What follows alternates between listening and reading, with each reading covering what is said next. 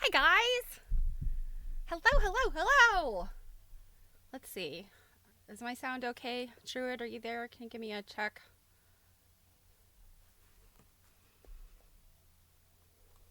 Oh my gosh, there's a bunch of people. Let's see. Who's here? Who can I say hi to? Robin. Hello, lady. Quiltish. Hi, hi. Druid, of course. My dear Druid, she shows up like that minutes before I do. And when I say minutes, I mean like 30 minutes before I do. She is such a wonderful mod. So Robin, how's everyone's weather? Okay, you finally had winter. 10 inches of snow! Oh, Robin! Um, did your neck of the woods not hear that Puxatawny Phil and all of the other weird animals that predict the weather, they did not see their shadow. So I guess that snow's gonna have to melt real fast. Hey, Jill! Ah, is anyone attending the winter seminar? I know there might be a few people who are. My tumble turds. Oh. Ah, Mary, a tea cake. You are a tea cakelet. Oh. Oh my goodness. Isn't that sweet that you were taking care of a friend? I know that joint replacements are tough stuff. My mom had her knee replaced, so I remember. Ah, so you're having a pretty day, Robin. Okay. Hey, Kenny. Yeah, Marianne. Double Redding Ring. It's one of my favorites. Eva, my other long suffering mod.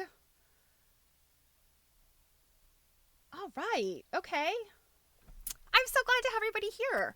I'm sorry I was a little bit late. Cake did not manage her time wisely. And so I was absolutely furiously trying to finish this. I put pictures into a PowerPoint. So, whole bunch of stuff I want to talk to you guys about, and I have things to show. Um, Druid! You're cutting 3.5-inch squares. This is so exciting. I am so excited about your project. This is so wonderful. So, oh, Eva, did you end up getting your, uh-oh, Kenny? Kenny broke you. What happened? So you say hedgehog, Eva. Are you doing, is it Elizabeth, you guys know I'm terrible with last names. Elizabeth Hartman's, animals? Is that what you're working on? Okay, so Kenny broke you in a nice way. Kenny is a very, very nice person. So, I can only imagine what nice things he bestowed upon you. So, you guys, I told you on Thursday I was going to, oh, you're working, okay, so you're working on a pattern. So is this different than the project you studied the other day? I know you said you had started working on something that was kind of a personal project. So I don't know if this is an extension of that, or have you started working on something else? Druid, do you have all of your materials and tools out? Oh, that is so cool. Kenny got you the hedgehog. Kenny is such a sweetheart. This is why I love this community. You know what? Eva. Everybody, I mean, quilters in general, I think are this way. Just, the love for each other, you know, having different love languages, you make things for people, you share your stuff. Like Marianne, you take care of your friends. Like this is what this is what we do for our quilt friends. And this is why I'm so excited to be part of this community. And you guys are, I said it a million times way back on Quilt Nerd. You guys are my people. I'm so glad to have met you. I'm so glad when, you can show up, and when you can't, I know you're here in spirit, and I know I'm thinking about you. So all right, so I was late, so let me get on with it. So first of all, I wanted to expand on the Elizabeth Talford Scott experience. I don't know how else to say it. So I don't think I was very clear when I showed you her work from the Baltimore Museum of Art, because I don't think I was clear at that point. So I knew all about this exhibit that the students at multiple universities who've been working on this exhibition design. It's like a curatorial project that it's like a class they take. And first of all, I'm so jealous because I did some museum stuff, museum governance stuff when I was in school. And they just didn't have things like this. So if I could go back 30 years and restart college, I would be here at Micah doing this program they have because it is so awesome. But I think I told you guys how I ran into some of the students when I was doing research on Dr. Dunton, and so kind of found out about it. And then I realized that they had this other event was opening at the Maryland Center for History and Culture. And then I'm like, wait a minute, there's stuff going on at a bunch of places. So guys, we've got, yes, we have candle eye winkers, candle bugs, and tumble, was it? Is it eye winkers, tumble turds, and candle bugs? I get them mixed up. So that's the big show at the BMA. But what is really happening in Baltimore is what's called No Stone Unturned.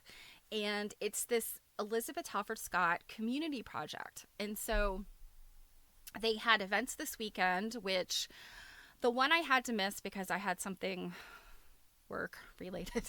When I say work, it's the less fun stuff I do. So that was something I had to do on Friday or on Saturday. And then yesterday on Sunday, there was this amazing event at the BMA. And I couldn't attend because it was sold out. Now, I had thought about going and seeing if I could peek in. But alas, I did not. So I missed those two things, but those were so exciting. And so I'll show you the slides that, or the pictures I took at the Maryland Center for History and Culture show, and all of the people involved in that. It was an amazing show in a tiny room, and there was about 36 people there. So my pictures are not super, but I'm going to go back and get better pictures when, there's less people and all the things. So, yeah, I wanted to tell you about that. Let me pull up. I want to get this right because there's a lot of info here. So this is from ArtNet. The No Stone Left Unturned. Did I say No Stone Unturned? It's No Stone Left Unturned, the Elizabeth Talford Scott Initiative.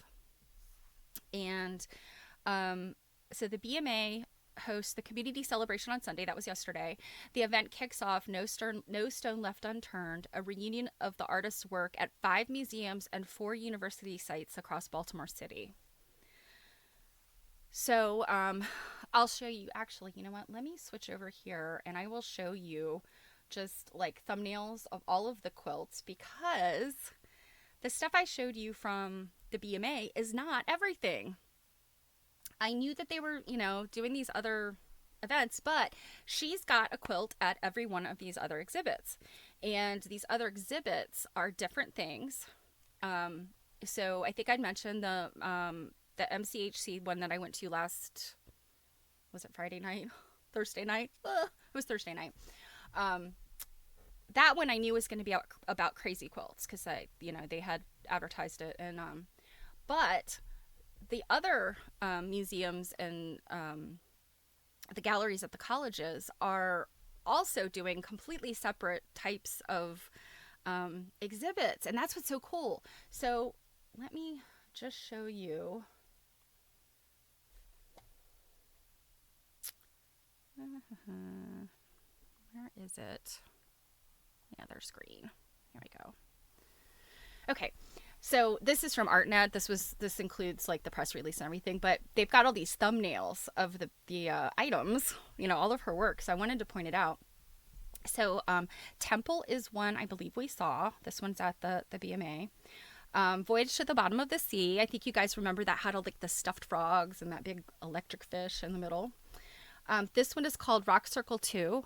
This one was not at the BMA, so we have not seen this one yet. The Family of the Whosits. This is the one I forgot to take the little picture of. It says Goya Contemporary, but I think this is owned by RISD, the Rhode Island School of Design. I think it's owned by their gallery. But anyway, this is like, of my 4 favorites, this was probably my favoriteest. And then Abstract 1. This is the one I saw at the Maryland Center for History and Culture. I don't have a super straight on picture of it, but I have some slices that I'll show you. Joyce's Quilt, which we saw at the BMA. Stamp number 2, which we have not seen yet. Both Sides Now Turncoat. Now this was the one that's a 2-sided quilt, and I showed this one to you yesterday. I showed you the one that's on the far right, this part of it. And you know what? Let me move. I'm moving the chat so you can see this better. I'm just going to move the chat over myself. Okay. So this one right here on the right hand side is what we saw hanging up above, like in that sort of rotunda space. And then this is the back side of it. And I think there was a little thumbnail picture that I showed you guys, but I'm looking forward to when they turn that to go back and get the picture of the other one, or the other side. Save the Babies, we did not see. This one is, I think I know where this one is. My Dreams, we did not see. Bits and Pieces, we did not see. A Covered Wagon, we did not see. So these other ones, I suspect, are sprinkled throughout some museums and galleries. So it is going to be my job over the next few months to see them all. So let me go back to me. So this, this was like, I don't know if my mind blew or something. I was like, how did I miss this part of it? Like that there was all this other stuff going on. So I'm super excited about it. Unfortunately, the bad part of all this is there's a lot happening this month. Obviously, Black History Month, it's a perfect time to release all this. And this is my busiest month of the year thus far. So I think I'm going to be out of town this coming weekend. And they're doing one event that I'm going to miss. And then the following weekend, I have AQSG. I'm doing my lecture. So I'm going to miss another event. So it's kind of a bummer to me that they're doing like these fun events and I'm going to have like serious FOMO because I'm not going to be able to go to them. But that said, I think almost all of these exhibits are up at least through the spring, if not early summer. Some of them are going until like June or July. So if you find yourself in the Baltimore, Washington area, I highly recommend, if you have a day or a half a day, come up here and like look around. Most of this stuff is really close together. I think I showed you that map. And maybe it wasn't as obvious to me. It wasn't as obvious to me, duh, when I showed you that map of all the places that were involved, but they're pretty close together.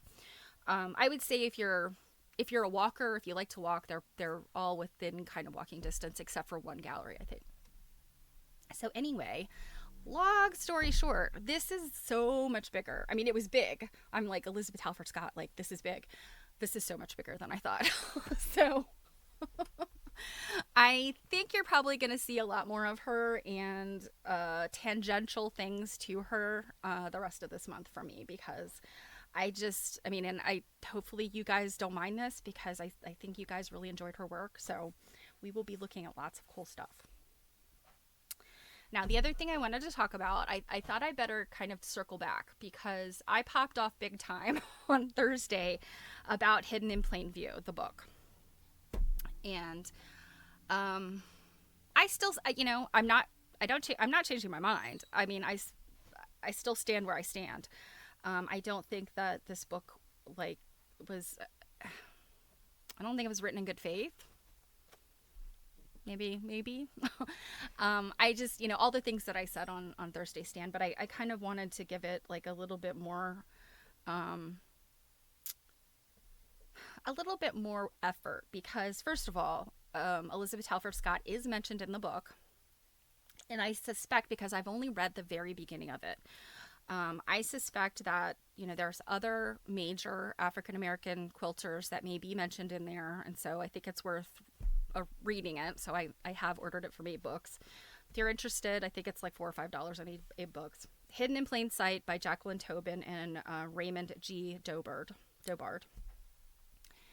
So if you weren't part of that conversation last week, basically this is the book that purports to have, done the research and gotten the story about this, quilt code in quilts during the Civil War, that era, or not the Civil War, but that era, for the Underground Railroad. And so what the book is purporting is that, so to back up, Jacqueline Tobin in the 90s met a woman named Ozella McDaniel Williams in Charleston, South Carolina. Jacqueline was down there looking at, I think she was looking at handcrafts in general, but she really was looking at the basket makers. And if you've ever been to Charleston, South Carolina, you know that there's this, very important culture there called the Gullah. They're folks that were, descended from enslaved Africans who, settled in this specific area in South Carolina. The coastal area of South Carolina was known for indigo and rice. And, it was a wealthy area, lots of plantations, because it's right on the water. So lots of, ports and all that stuff. So, and they make sweetgrass baskets. And I actually have one. Actually, I have 2. And it's a very interesting craft. It's, got this very long legacy, and there's lots of sweetgrass makers. And I think that's why she originally went, was to look at the sweetgrass basket makers.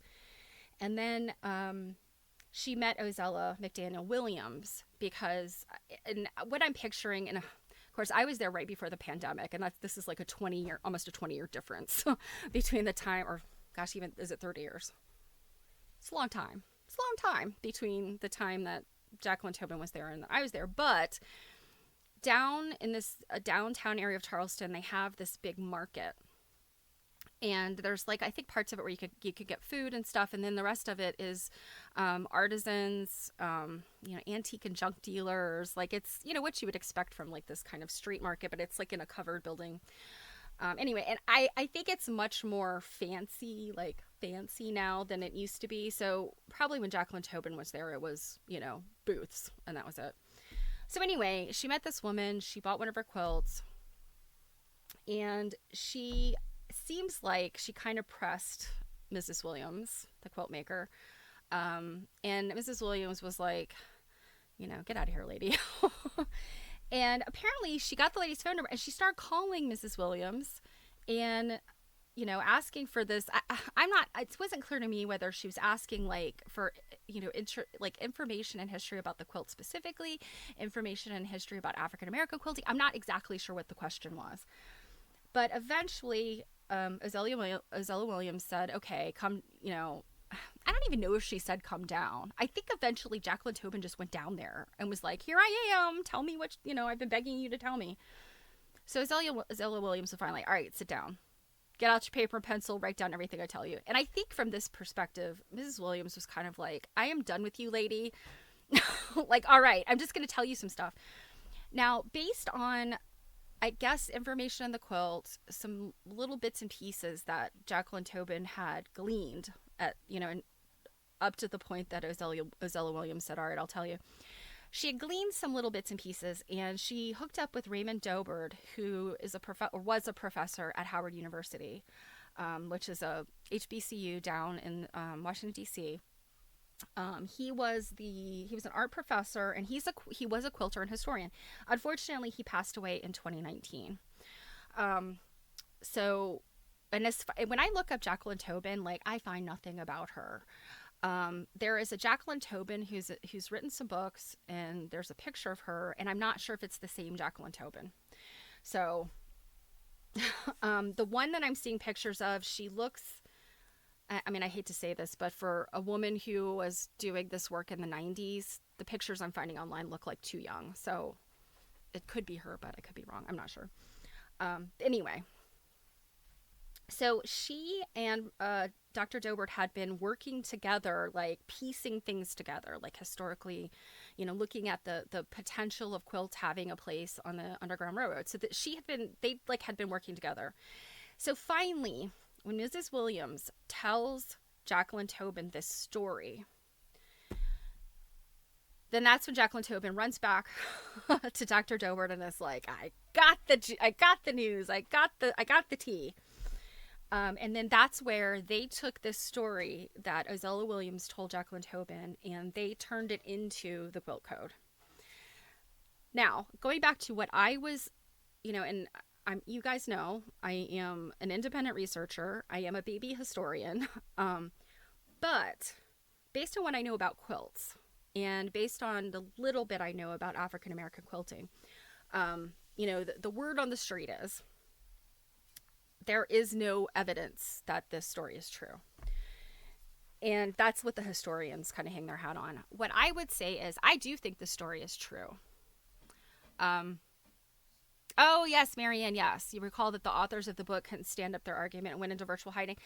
I think that you're right. There was so much controversy that literally exploded when the book was published that I do think, like, she at least kind of went low. Now, I did find a lot of information about Professor Dobard online. It's Dobard. Yeah, so Raymond Dobard is online, and I mean, he was a professor at Howard University, so I mean, he kind of already had like some notoriety, I guess. But yes, I do think because of the controversy, they both were kind of like, ugh, we didn't think this was going to happen. Really? So going back to the story, now, of course, from the historian's perspective, no, there's not going to be written evidence of this. There's not going to be somebody's diary that said, okay, I have entered the Underground Railroad and this is what the conductor told me. Like, it didn't work like that. You had enslaved people, freedom seekers, who may or may not have known how to read and write. It's all oral history at this point. And so that is what Ozella Williams told Jacqueline Tobin was her own family's oral history. Now, the whole concept of African American story quilts is that there are stories in these quilts. And, right, Marianne, yes.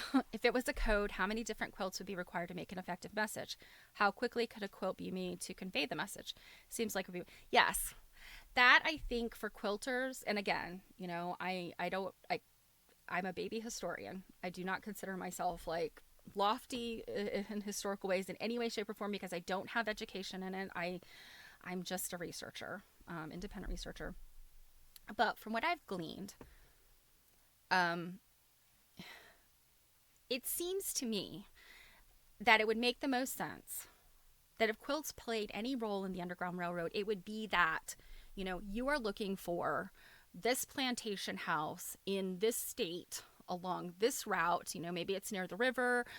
They always say follow the North Star because that's going to take you to Canada or northern states. And along this way, I could absolutely see there being some type of information saying, look for this place. It's a safe house or it's a safe place to go, and there will be a quilt hanging there. And, maybe even it's a log cabin quilt, or it looks like this, or it looks like that. I could totally see this. Now, let's go back to what the Underground Railroad was like. This was a situation what was fraught with danger, obviously. Much of the traveling was done at night. And so, do you leave your quilts hanging out at night? Would you leave a quilt hanging on a clothesline or out someplace at night? I don't think many people would. Now, if this truly is a safe house or a safe place on the Underground Railroad, I could see a quilt being left out. But the problem is, again, with all of these different patterns, if you're talking about enslaved people, like their quarters, and they're saying, look for that, there will be like a quilt hanging there. The quilts often that the enslaved folks had were, if they were able to make quilts, it was very like making quilts with what they had. It was make do. These were quilts that were for warmth. You know, they were not the pretty quilts that the lady of the house was making. So they would not have been necessarily have been these pieced, like recognizable patterns. They would have been, you know, much more again like what the cloth that they could get, you know, what was available to them. So, you know, again, you're not going to see like, oh, look at this, you know, drunkard's path, look at this bow tie quilt. It's, you know, not going to be that cut and dry. Now, if we're talking about a safe house where we're talking about the quilts of the house that belong to the mistress, she would probably not be okay with her quilts hanging outside overnight. I mean, I just go back to the fact that it's really hard to reconcile all of these pieces of information. But I go back to Ozella Williams' story was a family story. And she said it came, you know, to her from her mother, and it came to her mother from her grandmother. And based on Mrs. Williams' age, I mean, I would venture to guess that she was elderly in the 90s. I'd venture to guess that at her grandparents' level were probably, you know, born enslaved people, you know, depending on the generation. So it would not surprise me at all if this story did come down in a way that relatives, you know, her ancestors had been on the Underground Railroad, or, you know, had, you know, access to or stories from people. So, I mean, I'm not trying to take back what I said on Thursday, because I go back to the fact that this is an African American story to tell. And I think that, you know, Raymond Dobard, I'm assuming he was African American. He was working at Howard University. That doesn't necessarily mean anything, but I kind of suspect that he was an African American man. But like, this story should have come from the people who had these stories. And I go back to the fact that even, you know, when we're talking about people that could, you know, communities that could only document their history through an oral tradition. Now, if you've ever played telephone, you know, the oral tradition changes as it goes. But I mean, think about families sharing information with each other. I mean, you tell children stories, and that is like the purpose of the African American story quilt, is to be able to tell these stories that are, you know, written in cloth. And I really feel that if there was a more organized version of this story, if there really is a code in the quilts, there would be more families that had this story coming down, or some version of it. And so that's kind of my question. Like, what is it that they say in the book that is their quote unquote proof? And so that's why I have ordered the book. I feel like, you know, whenever I see people talking about something that they have an issue with online, and, you know, it's like, oh, this terrible movie. I watch all the Barbie stuff, like back over the summer when, you know, people were talking about how great Barbie was or how terrible Barbie was. I was like, okay, I've seen the movie. Like, let me listen to what everybody said. And oftentimes people that have like really crappy things to say, they're only saying these crappy things because they're hearing these crappy things from other people. And I'm like, okay, this, even though I have read the first couple chapters of this book, I think it was a download. I don't feel good sitting here trashing Jacqueline Tobin until I have read the book. So I will read the book so you don't have to. And I'm not going to read it here because, you know, I'll leave it up to you guys. If you want the detailed story, please get the book. Get it on ebooks. You know, we're always champions of getting used books.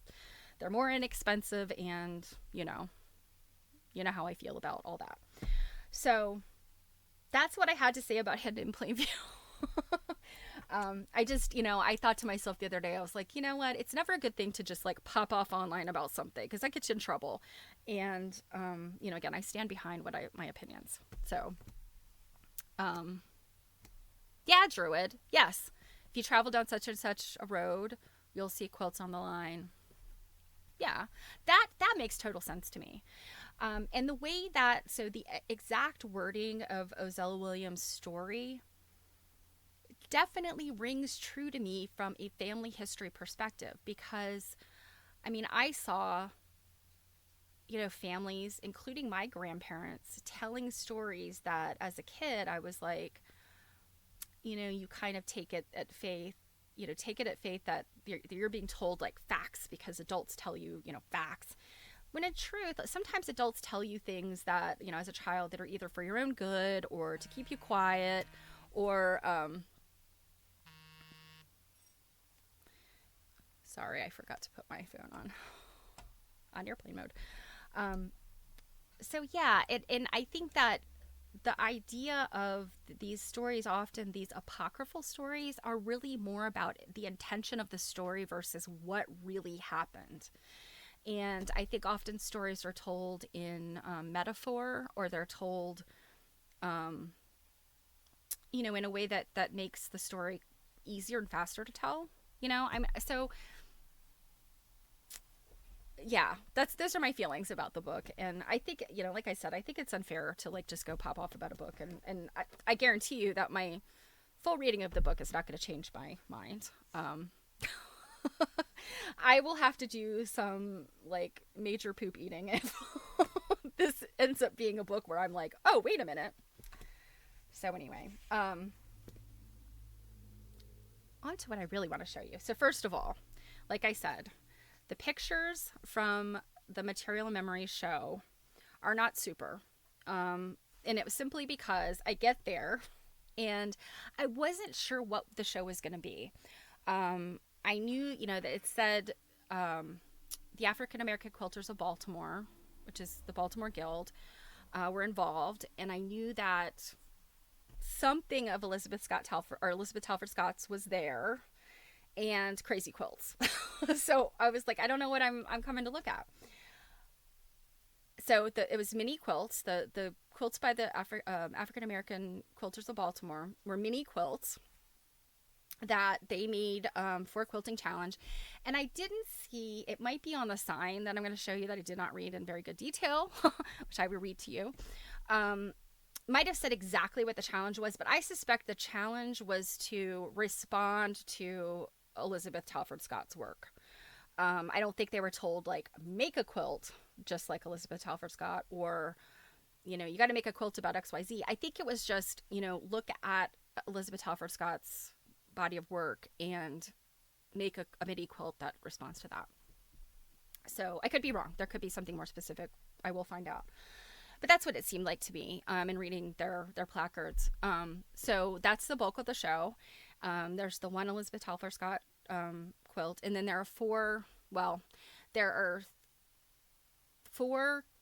crazy quilts, and then a section of crazy quilt pieces that were never put together.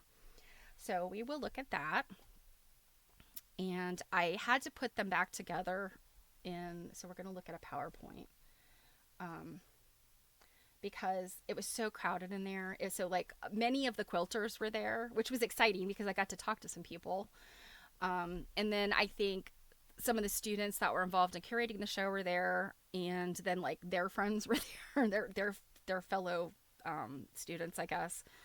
So that's why. And then of course there were like 4 people taking pictures for the museum itself. I was like, can't you guys take these pictures from, another time? Anyway. So, yeah. Let me switch over here to my other screen. I may have to move the chat at some point, but okay. So I'm going to take you through in the order that I would normally have looked at the show. Things are a little jumbled. Unfortunately, because of the size of the space and the number of midi quilts, they had hung some of them up so high that I was like taking pictures like this. So that's also some of the problem. Anyway, I mean, I could sit here and whine and moan about the difficulties of taking pictures, but I was grateful to be there because it was very cool. So first of all, what you're looking at, because this was like a called First Look, because I'm a member of the Maryland Center for History and Culture, members get this like special invitation anytime a show is opening, and you get to go see it before it's technically open. So there was a little wine and cheese sort of, I don't think there was any wine. I think it was all soda and water, but sort of like a little reception when they had cheese and cookies and stuff. So they had those little bar tables, those little stand-up little round tables. So on those, they had these different quilt blocks that I'm assuming that the Quilt Guild had made, and they were just sitting in the center. I thought that was kind of cool. And let's see, let's go on to the next one. So Yeah, you see how I'm like leaning over people. I'm like, so sorry, so sorry. But this one is called The Tree of Strife. And what's very cool about this one is this quilt is when this show comes down, or I'm not sure exactly when, but this quilt is going to go down into a civil rights exhibit that is at the museum. And I think that the civil rights exhibit may eventually become like a permanent, or it may already be a permanent exhibit. And I've seen it a couple times. It takes up a big portion of the museum. So I'm thinking maybe like they're going to sort of make like one section of it like a permanent exhibit. It's a very good exhibit. So anyway, when this says, the tree of strife sits by the river Jordan, soaking up the blood of the slain, keeping the records of pain, clinging to the tree of strife. Many will lose their life, but joy comes in the morning with the promise of a new day, because the sea turtles can still find their way. So this was made 2023 to 2024. I think almost all of the quilts were like, I think they were straddling the end of the year to finish these. So it's kind of interesting. I sort of eavesdropped on a few people, and people were saying, oh, the River Jordan. I think that the maker was coming at, the River Jordan from a biblical sense.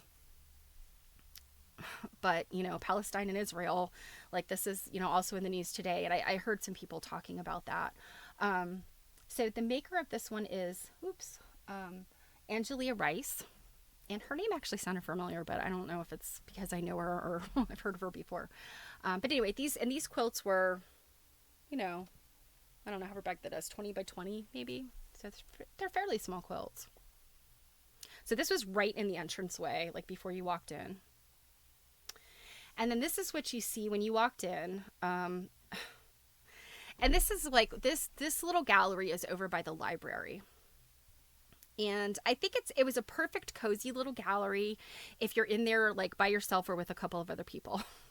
When you're in there with like 2-3 dozen people, it becomes a little bit like, it's just really tight in there. So I was telling my husband, it's about the size of my living room, which is tiny, and then put like a divider wall in the middle. So this divider wall thing was like diagonal. So when you walk in the door, it's there, and the room is sort of on the diagonal. So the title of this exhibit is Material and Memories, Elizabeth Talford Scott and the Crazy Quilt Tradition. So I know I had said I would not really consider any of her quilts a crazy quilt, but this one is kind of like a crazy quilt. So this kind of is like, this is my ignorance about her whole body of work, was like, oh. So yeah, she did kind of make something that was sort of a crazy quilt. And I'm guessing that there are probably lots more. But this is what we have to look at this particular museum. So this says abstract number 1 represents Talford Scott's early work when she returned to quilt making. And if you remember, she learned how to quilt as a child. I think like she was 9 years old, and she was helping make quilts with her mother. And then, she was part of the Great Migration from South Carolina to, she came to Baltimore, and she married her husband here in Baltimore, and she worked as a housekeeper, as, in childcare. And then when she, in the 1970s, when she would have been in her, so she was born, I think, in the 19-teens. And so then in the 1970s, she was retirement age. She was in her 60s, and she retired and said, hey, I'm going to make quilts again. I have this idea. So this would have been one of the things she made. And this was 1983. Bummer, Kenny. But yes, I know you're probably taking important phone calls right now, so you can watch on replay. So let's see. I apologize. Oops. I think I did not make this big enough to see, but. So the composition includes scraps of the clothing of family members, such as denims, window pane shirting, and houndstooth suit fabric, as well as large patches of sheeting. These sheets. Let me turn on my laser pointer here. These right here, I mean, those are so totally like 1960s, 1970s bed sheets for sure. Um, and even pajama flannel.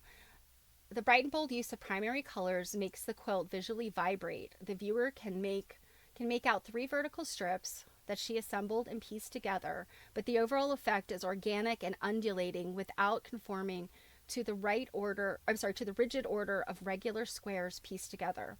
Unlike Talford Scott's later works, made as wall hangings or art pieces, we believe this work was made to be a quilt.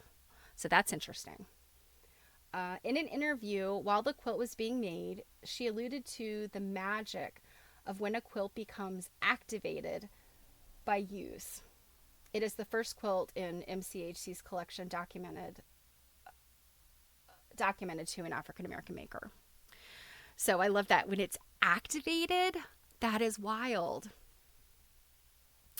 So yeah, I loved, like being able to see all these different fabrics. And you can see there are three distinct strips that it looks like she pieced and then put them together. Unfortunately, this is literally like a pieced picture that I'm showing you right here. And you kind of see like red is a little bit different because I could not stand in front of it because there was just so many people in there. But, I can't wait to go back and get my face up close to it because it's so neat. So these are just enlarged versions of those kind of half pictures I took, but you can see there's different kinds of quilting in here. She does have these little applique shapes in a couple places. There's just some work in here that you're not sure. Obviously all of the quilting on the sheets and on some of the clothing fragments, she's following lines and stuff, but other things you kind of wonder, was that already stitching that was in there, or did she create new stitching on top of old stitching? There's just so much to look at. Okay, so these are the three students that were responsible for this. Isabella Cookson, Nathan, oh, poor Nathan, I cannot pronounce their last name. That's a lot of, I think it's Herdlika. And then Phoebe Moore. Turn that off.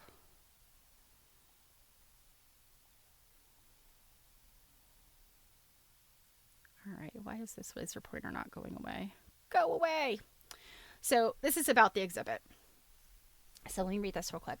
The Maryland Center for History and Culture is proud to join the Baltimore Museum of Art, the Maryland Institute College of Art, and other local museums as a community partner in No Stone Left Unturned, the Elizabeth Talford Scott Initiative. This collaborative multi-site reunion of the artist's work celebrates the 25th anniversary of Eye Winkers, Tumble Turds, and Candlebugs, curated by George Siskel. And I saw him. He was there the other night. He came in as I was leaving. With students in his MICA exhibition development seminar class.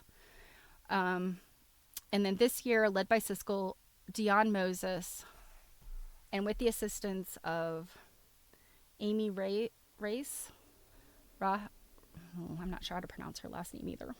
This is terrible. I hate butchering people's names. The class reached out to museums and other universities with Scott's works selected for each site to be installed in site-specific ways. Student curators worked alongside museum staff to develop the exhibition and interactive and gain curatorial experience. So Abstract 1, which is the quote we just looked at, was selected for MCHC and acquired for the collection. So this is in their collection now. Is placed in conversation with historic crazy quilts, a form of exuberant patchwork quilting popular from the 1880s to the 1910s. I like the idea of exuberant patchwork versus those horrible silk things, which is what Dr. Dunton called them. So family garments, household fabrics, ribbons, various shaped patches are pieced into squares and then assembled into a quilt. The quilts are elaborately embroidered to heighten the dizzying effect. Some include painted details. Scott's quilt also draws upon the tradition of sharecropper quilting, of making something beautiful and warm from whatever materials were on hand.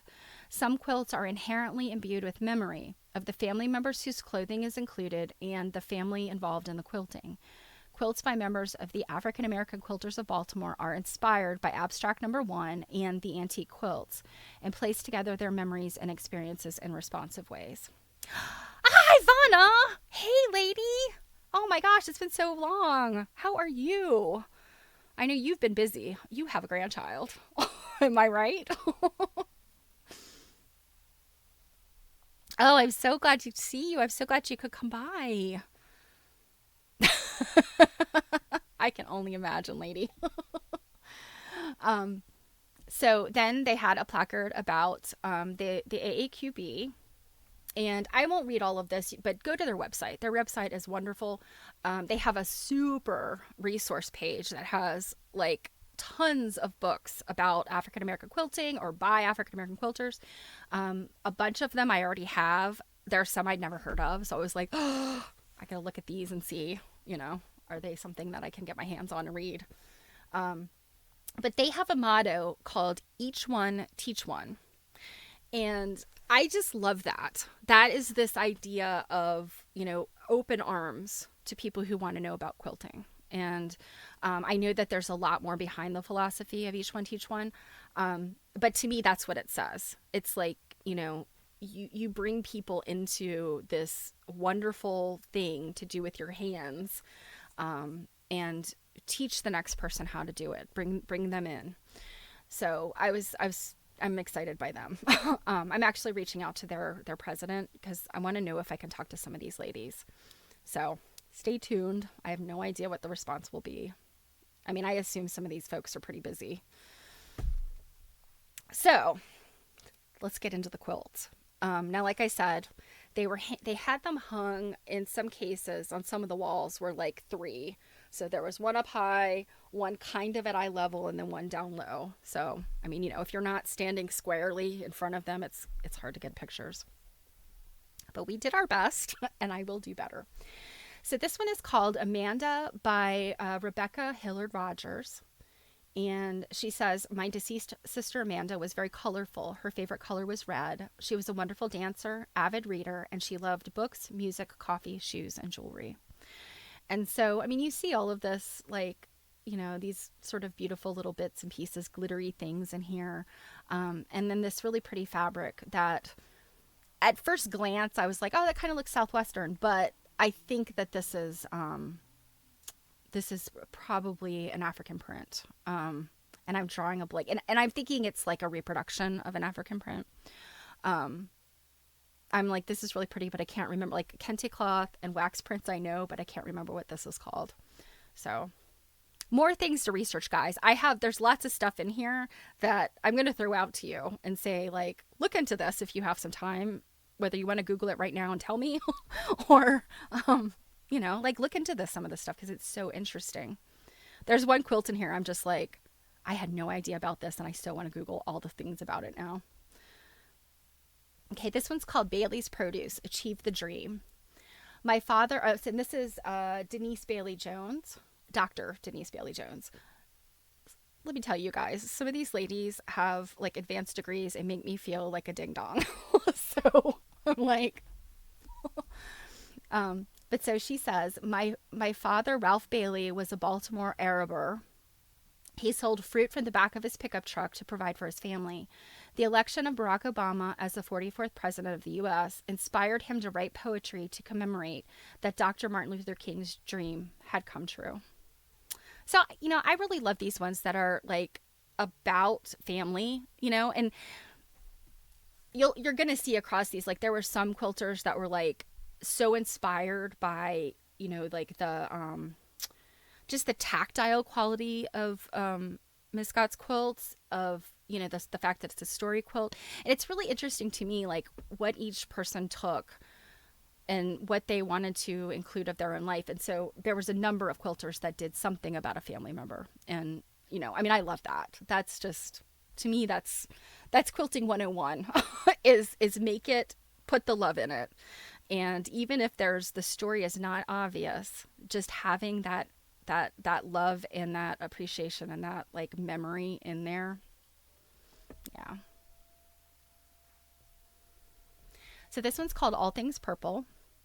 This is by Mary Ringgold Brown, and I think she has. There were a couple of the women had multiple quilts; they had made multiples, and I'm wondering if she's related to Faith Ringgold. Maybe, I don't know. She says, purple is associated with all things, excuse me, all things related to the spiritual realm. Purple is used in healing as it is a soothing color that stimulates the mind and helps you feel more centered and at peace. Because purple is so strongly associated with royalty, people always perceive it as being a very regal color. These associations with royalty as well as health stem from the fact that purple dye was used in ancient times and was very rare and inexpensive. And expensive. So this quilter, she had like, these velvety pieces in here. I mean, this is very like inspired by crazy quilting. And then I suspect like maybe some of these buttons and things may have been kind of a touchstone for her. That has some personal meaning to her. And what you are going to notice, many, many, many of the quilters included rocks. Even if it was just one or two, like just a little bit. So, that was an important nod to Elizabeth Talford Scott because, I mean, I'm trying to think, were there any quilts, like maybe one or two at the BMA that did not have rocks? They almost all had rocks on them. This one hit me in the gut. This one is called The Long Goodbye by Juanita Ellis. And this says, my mother loved the color red. She always wore a red hat and red lipstick, red shoes too. She liked being by the water, so we would go to the lake, eat lunch, and enjoy the view. But the joy of these simple pleasures, along with a lifetime of memories, are lost forever to the slow, progressively debilitating effects of Alzheimer's dementia. They call this The Long Goodbye. So yeah, that one really hit me because I, kind of dealing with some of this in my family, my husband's family, and I have dealt with the effects of Alzheimer's and organic dementia in my family too. So I totally understand where this quilter's coming from. And this one is, it's the memory aspect of it and not so much like the style of Elizabeth Talford Scott's work. And also this one I was really poignant because Elizabeth Talford Scott, she stopped quilting because of dementia. So, I mean, I feel like there's, I can't speak for this quilter, but I feel like there was kind of that sort of, yeah, Robin, I know it's tough. But I would say, going back to this, I mean, this is how we sometimes deal with this stuff. Quilters especially, like, what do you do when you feel absolutely helpless and hopeless? Grab some fabric, right? I mean, just stitching is so healing and helpful, or make you feel better, even if it doesn't help you solve anything, it doesn't help you change the reality. You still can express yourself and kind of get the stuff out through quilting and sewing. And if nothing more, it gets your mind off of whatever's happening. So this one is called Learning Tree. By Mary B. Walker. And this one, she's got 2022 to 24 on this one. So I don't know if this was something that maybe she was working on longer than... Why can I not get this thing to go off? There we go. I don't know if she worked on this longer or if that's a typo. I'm not sure. But she says, the picture on my quilt reminds me of how I learned to sew. I learned to sew by watching my mother and older sister sew in the sewing machine. I was too young to operate the machine, so I gathered scraps from the floor and made clothes for my dolls and baby sister, who was a toddler. I got my first machine for Christmas, and my skills really advanced. I needed my own machine, as my sister did not want to sew on hers. I think she did not want her to sew. So good for her. I'm glad she got her own machine, and poo on her sister for not sharing. But I loved this. And this little piece right here that has the picture of the woman and the child in the sewing machine was actually like a little pillow. It was stuffed and it popped off the surface of the quilt. And then, this is pieced, like there are all these little blocks that are pieced sort of either like, as improv or kind of like, I mean, honestly, crazy quilting is kind of improv, really. So that, I kind of see that this is like, it doesn't have the crazy quilting stitches. So to me, it's more improv than crazy quilting, but I mean, it's all the same, right? This one is called My Enjoyment. This is by Alta Morris. And she says, Miss Scott is my inspiration. I don't do traditional quilts. I enjoy the freedom of her abstract quilt, doing it my way, no rules. This is one of my favorite styles. It's very relaxing. I am glad and so proud of Miss Scott's style and the way she expresses her work. I had the opportunity to use my scraps. So yeah. Um, just this idea of using what you have and like there's no rules, you know. And in here it's funny, I was standing in front of this talking, it was two women talking and I kind of interjected, but they were like, I recognize some of these fabrics. And I was like, I do too. This one of I can't remember what the collection is called. It's like, the lady's name is Laurel, I think, but I have some of this fabric, the little ladies. And then there was one other one. It might be in somebody else's quilt.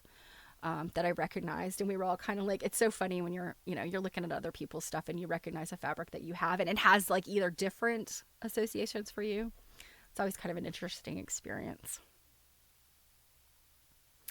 So this one, out of all of the quilts, I thought this one was like the most, like the quilter's intention was to make something very Elizabeth Talford Scott-esque. She had clearly looked at the quilts that were at the BMA. So she calls this tumble turd craze, which I love. And she's got rocks and little things. I mean, these are like precious, semi-precious, like crystal type things. She's got Black Lives Matter, little patches.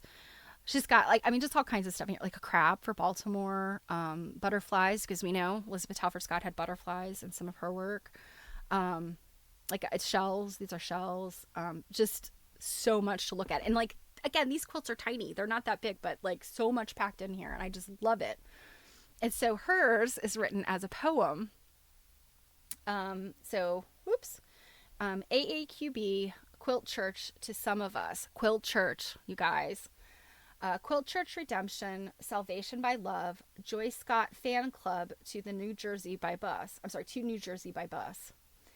Elizabeth Scott, Joyce's mom above. Come see the quilts, only touch with a glove. Mine is a crazy one, copying Liz. Old clothes, tumble turds, you think it's a whiz. Rose quartz in net bags, love to Charm City. Baltimore's known as Charm City. A crab and an engine, difficult bits. Buttons, beads, bells, and one angel kitty. So I'm like the angel kitty, I'm not sure where that is in here, but you see bugs. Here's some little beetles. This is some type of stuffed, and I think it's probably, I've just got it from a bad angle. I'm not sure. It's a stuffed object or maybe an animal or something. There's musical instruments. Like I said, the crab, like there's all kinds of, like just so much to look at in here. Hey, Grits and Butter. I am so glad you can make it. Gang's all here today, you guys. I love it. So this is the fabric. I have some of this fabric right here. These little kids. This one right here. It's like, oh gosh, I've had that for years. Okay. So I did have to take some close-ups of this one. Maybe we'll find the angel kitty. Oh, here's some kitties right there. I don't know. But you could see she's taken these different kinds of like this. I'm not sure what this mesh is, but this is like obviously like Elizabeth Talford Scott used, like the mesh from orange bags or onion bags. Like I said, there's the bugs she has down here. There's also spiders I see. That looks like it might have been a Halloween fabric.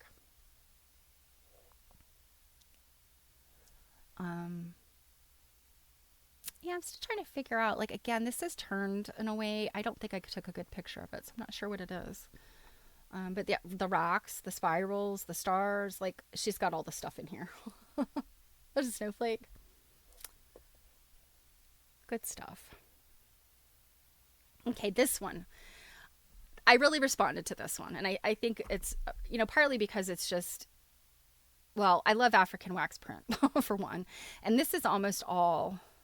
I think there's a few things in here that look like more like batiks, but this is definitely African wax print. And I thought the thought of a crazy quilt made out of African wax prints, I thought was really cool.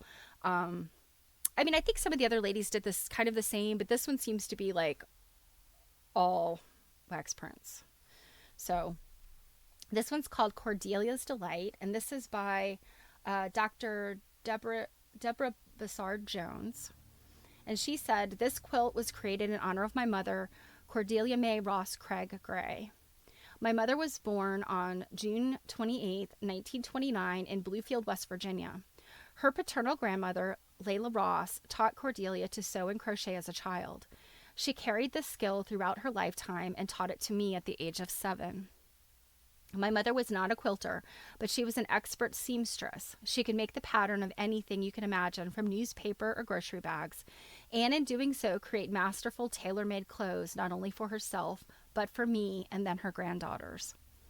Cordelia loved fashion and paid close attention to the details of every garment she made, from the fabric she chose to the pattern she used, down to the embellishments, to include, but not limited to, buttons, sequins, appliques, lace trim, and various color combinations. This quilt, entitled Cordelia's Delight, is a fanciful combination of colors and fabrics depicting my mother's spirit and imagination. The photo of her was taken when she was in her mid-20s. I just love this. And you can see, and I didn't pull a close-up in here, but this picture of her mother, it's like one of the photo transfer things. But she's put the gold trim around it, but that her mother's, the top of the dress she's wearing, I don't know if it was like a scrap of fabric or she took actual sequins, but it's a sequined top with these itty bitty sequins. And then I guess it was like I'm not exactly sure like how the dress like came down with like a piece, and that's been sequined too. So you can probably see what I'm talking about, but like right here, I don't know if it's like a detail on the dress that kind of came down like a swag maybe. And then the top part of the dress.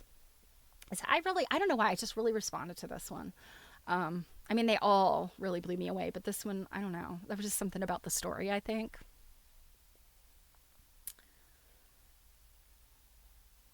And this one, I love the fabrics in this one. This one is called Santa Fe. And this is another one by Mary Ringgold Brown. And she says Santa Fe is one of America's most historic, artistic, and fascinating cities.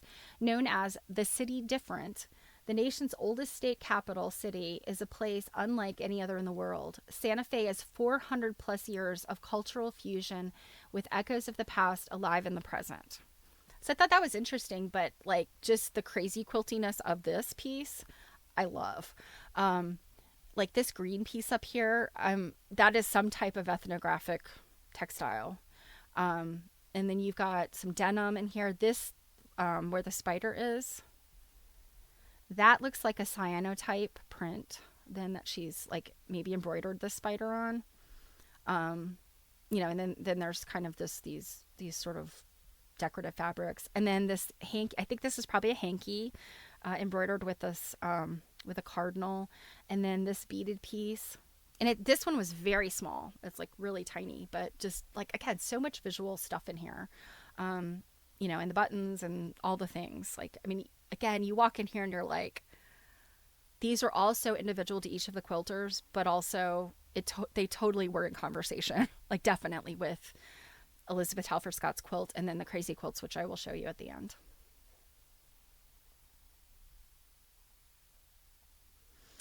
Okay, so this is another one, and this one resonates with me for a couple different reasons. I think just visually I really love it. The Sankofa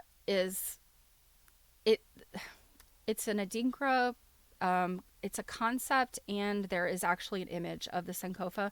And the Sankofa usually is like a goose. It's like just an outline of a goose, and its head, it's like it's turned its head towards its back, and so its beak is kind of like curving over to its back. And that kind of has some personal, I won't get into it here, but it kind of has some personal meaning to me. So I think that's probably why I picked up on this right away. I was like, oh, Sankofa. So what she says, Sankofa, Verdant Crazy. And this is, and I hope I'm pronouncing this woman's name right. It's, oh gosh, wait a minute. I think it's one. Is this the right one? Yeah, I think so. Her name is Wanda Marie Kakandi, I think. It's her name is spelled Juandamarie. So Wanda Marie. And then her last name is I think it's I, Gikndi. So Gikandi. So she says, in the spirit of Sankofa, I retrieved valuable elements from our past knowledge. I incorporated crazy quilt squares from the past into a contemporary composition. The lively green background fabric symbolizes the ongoing continuity of all things living in the present. Whoops. I did not mean to go there. So, the concept of Sankofa is paying attention to your past and things from the past having relevance and impact in the present. So that's kind of what that concept of it's again, it's an Adinkra symbol and concept. And this right here, I recognize as an Adinkra sign.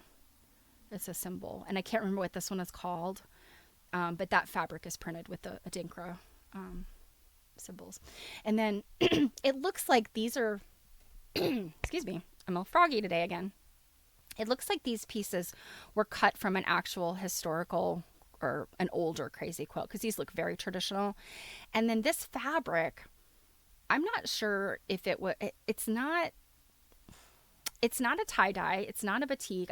It's an interesting print. And it's one of those, I don't know if you've ever heard somebody say, like, if you can still recognize the pattern in a like a novelty print or like a pictorial print, if you could still see what it is, recognize it, you haven't cut it up small enough.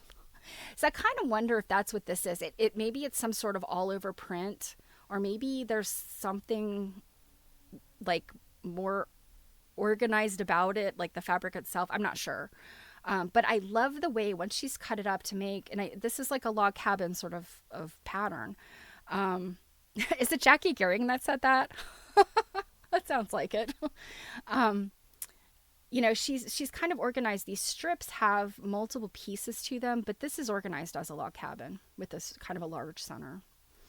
So I just really loved this one. Really, really responded to it. And my pictures, again, I will say this about all the quilts, do not do them justice because of the bad angles and the lighting. Like, why on earth did they pick red walls? I mean, it made the quilts pop, but it sure didn't do me any favors as far as trying to take pictures. So this one's called Dirty Linen. And this fabric up here at the top, I actually have, that is the backing of a quilt I have from many, many moons ago. Pun intended. So this one is by, you know what? I'm going to have to open my thing here. Oh, dang it.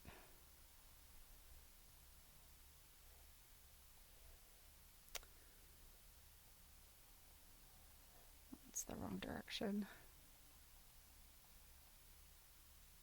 Okay, so Dirty Linen.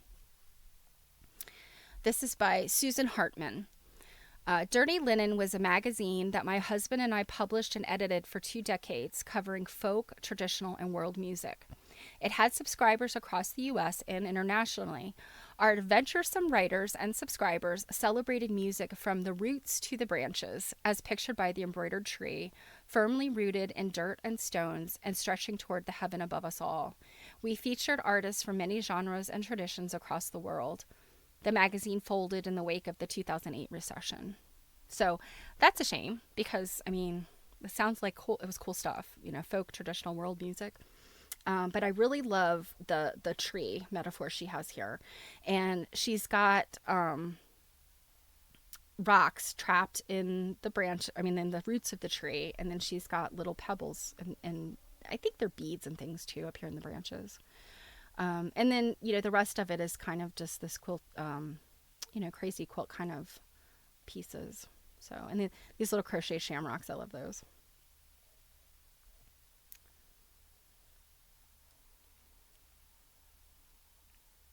Yes, Marianne, they are. They are very intensely personal. Yeah.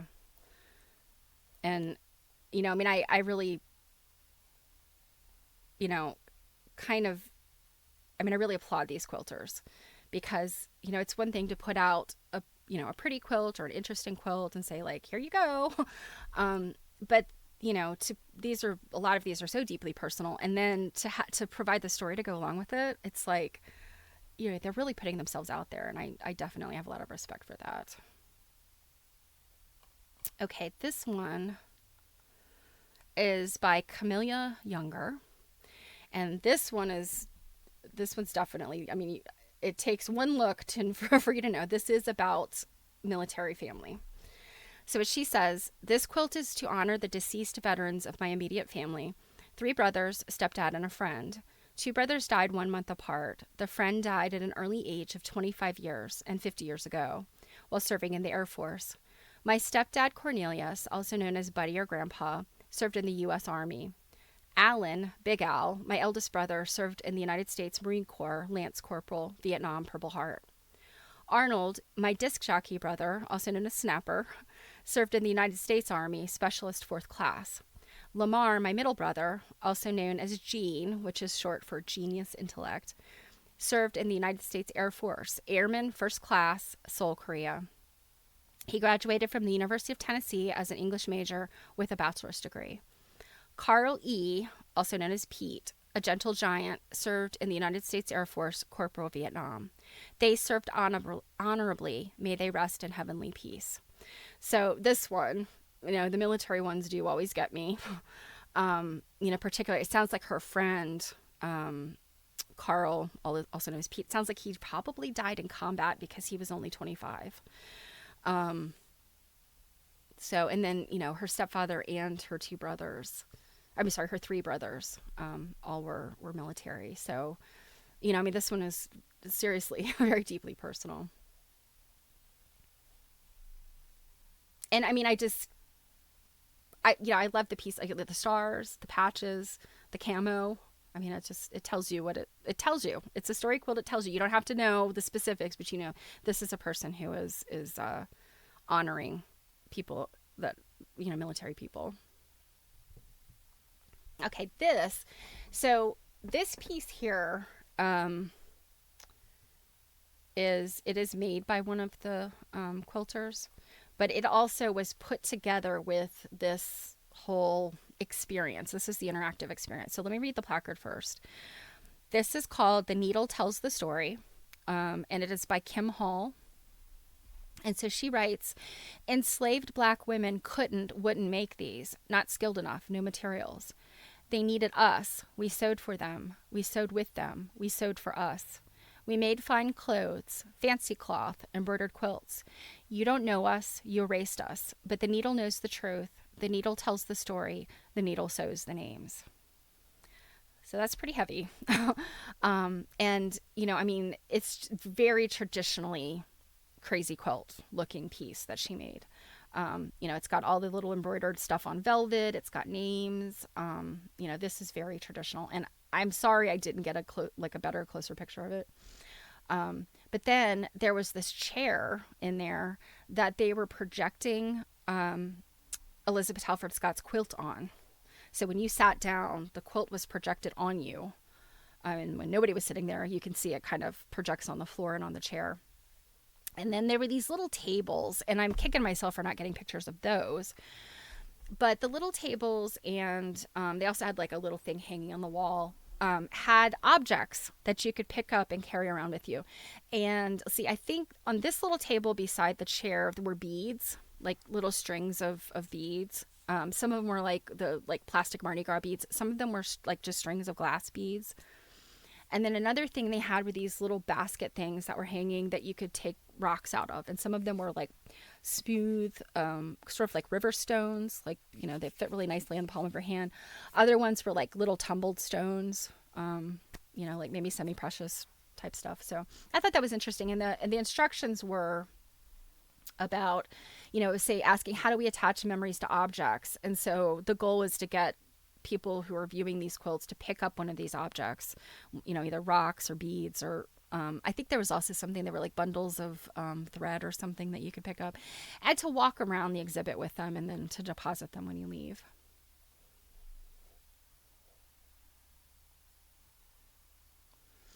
So this is called Tessellated Rhapsody, and this is by Jacqueline Simpson.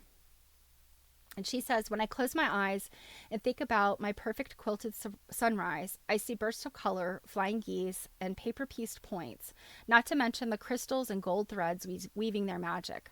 Quilting truly sets me free. And so here, and I don't think the pictures did it justice, but I think that this quilting, I think it was with like a metallic thread, so it kind of glinted.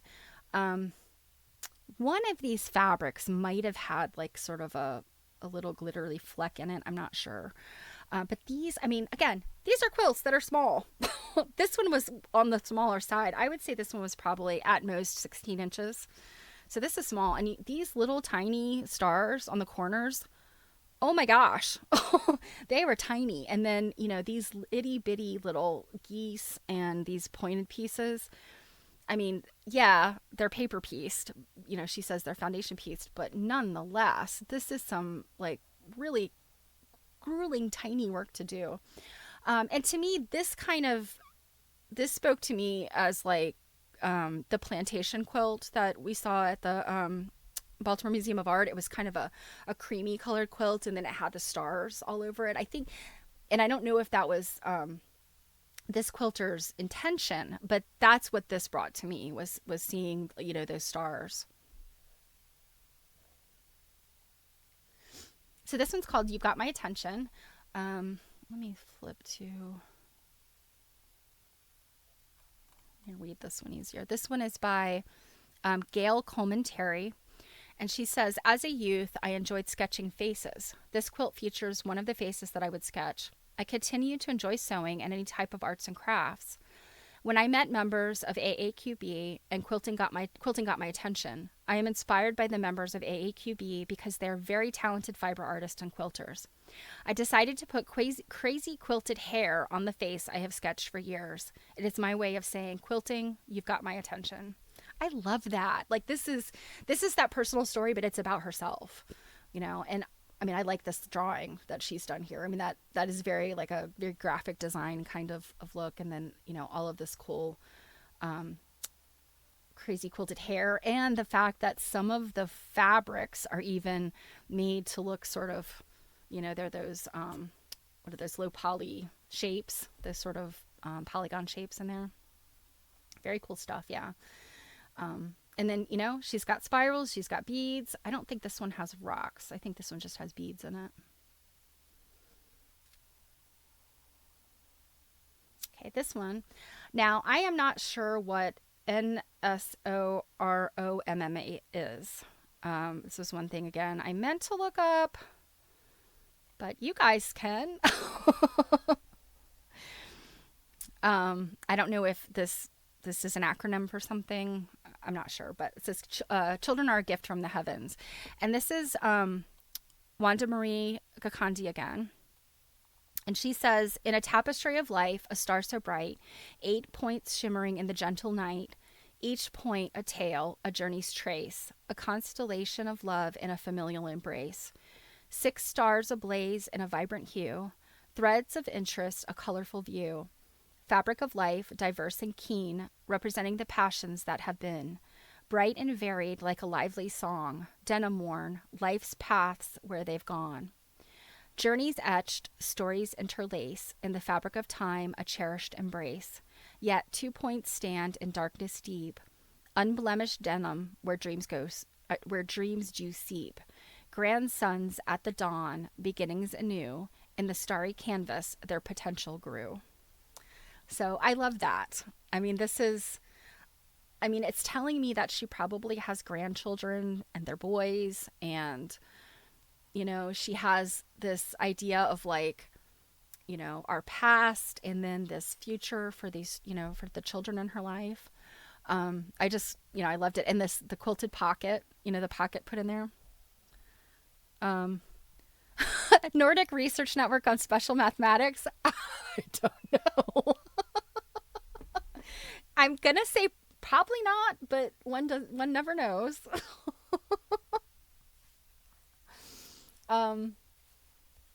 Yeah. I would love to just get in touch with her and ask. I will try to do that. But then, yeah, like right here on this pocket of the jeans, there's this little heart made out of beads. So, I mean, again, like, all of this African wax print fabric, and then I think a few of them are, they look kind of batik-y, but that can also be wax print. I just really love this one, kind of the star that it makes. It's really visually nice to look at.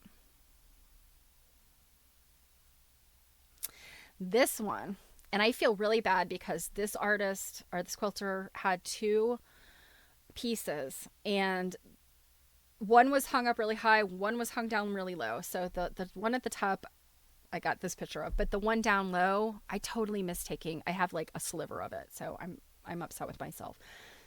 But what she has to say in her pieces was something I did not know. I was surprised about. So let me read this to you, and you guys tell me where you're like, what the heck? So let me find the piece about this one. So this one's called Love's Fire, Sonnet 154. And the quilter is Suzanne Coley. And she said, this quilt is part of a project called Love Sonnets from Shakespeare to Baltimore, inspired by conversations with Baltimore Public School middle school students. Shakespeare is not taught in many inner city schools because of prejudicial sentiments that assume the students are not ready for it. This quilt is in response to Shakespeare's Sonnet 154. I'm like, what? These kids are not introduced to Shakespeare? Like, maybe not middle school, because the way Old English is written is kind of dense for some people. Like, even I'll read this stuff and I'm like, what in the hell Chaucer is like, forget about it. It just kills me to read that stuff. Shakespeare's a little bit more accessible, but it is still like, it's out there for some people. And you really have to have sign up some background on Shakespeare and, all the stuff. But I'm like appalled. And I mean, I don't want to get into a whole litany here, but Baltimore City schools are an absolute travesty. I worked for a company. I started working there in 2000. So we're talking 20 years ago. And at the time, Baltimore City had been under a consent decree for the bad way that these schools were operating. That consent decree, that's something that basically a federal judge puts, or a judge, in this case it was a federal judge, puts this, like, I don't even know what to call it. It's basically like they issue a decree, and the schools have said, yeah, we know we're doing a really shitty job. And so basically the court is supposed to be supervising them while they get their act together.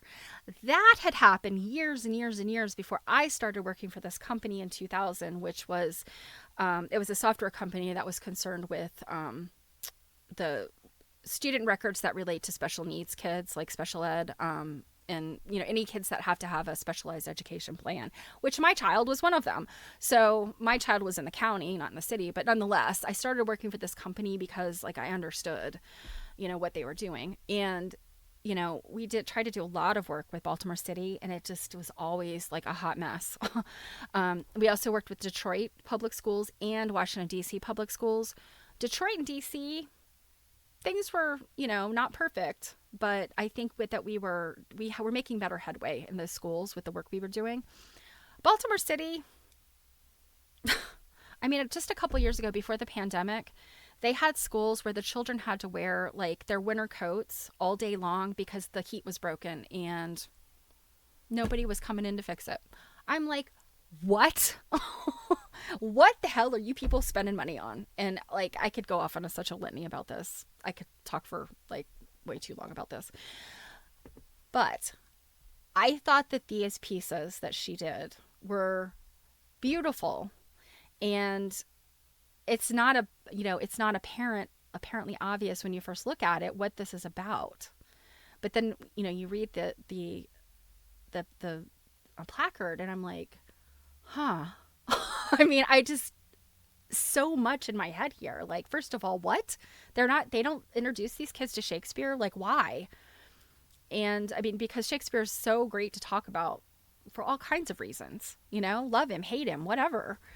But then this piece was so beautiful, very sparkly. My picture does not do it justice.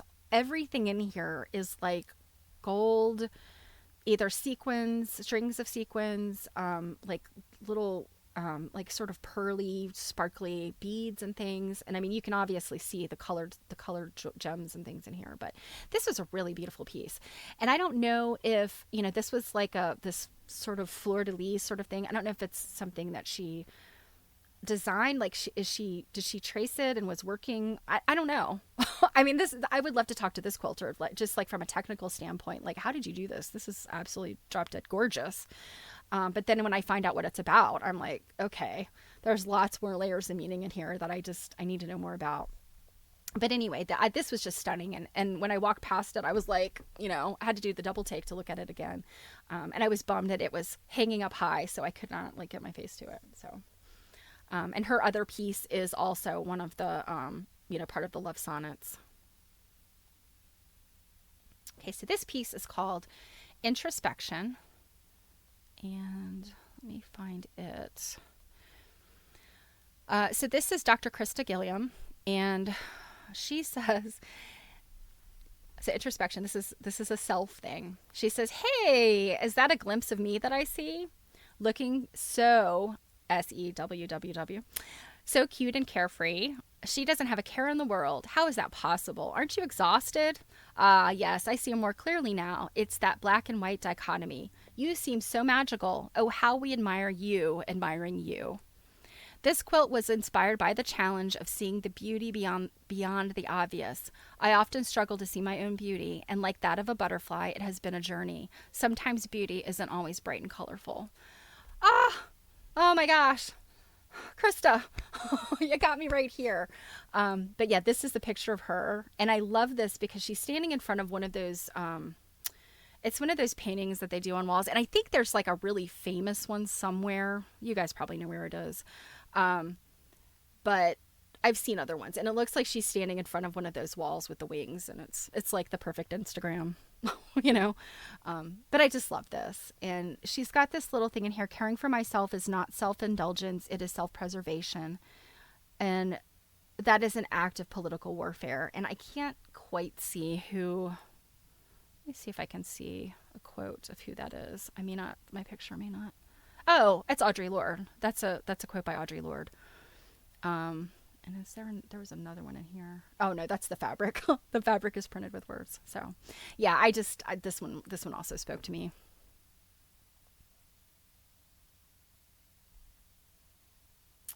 So this one's called I Used to Work in Theater. This is by Kimberly Field. This quilt is made of leftover fabrics from the Shakespeare. I think I cut something off. Ooh. This is one where I was like leaning over people and like, so sorry. I'm so sorry. Sorry. Pardon me. So from the Shakespeare Theater in DC. And the overall image is meant to look like a stage with a person on it. The knots included in the hem of the quilt in tribute to Elizabeth Talford Scott's, The knots included on the hem of the quilt in tribute to Elizabeth Scott Talford represent the audience. So this is what I didn't do a great job of taking a picture of. Right down here, all along the bottom, is a piece that has been knotted and then stitched on. And then the other piece about this quilt that, sorry, my photographs don't do it justice, is this right here. These little pieces are like poofs of manipulated fabric. And so, it kind of creates this very structured, like a structural sort of, And then, I think that's this piece right here is meant to look like the person on the stage. And these were very like textured fabrics, kind of like the fancy upholstery fabrics that, you could do like drapery and stuff from, that have like, they cost a fortune because they're encrusted and pretty and stuff. Okay, this one, let me grab the...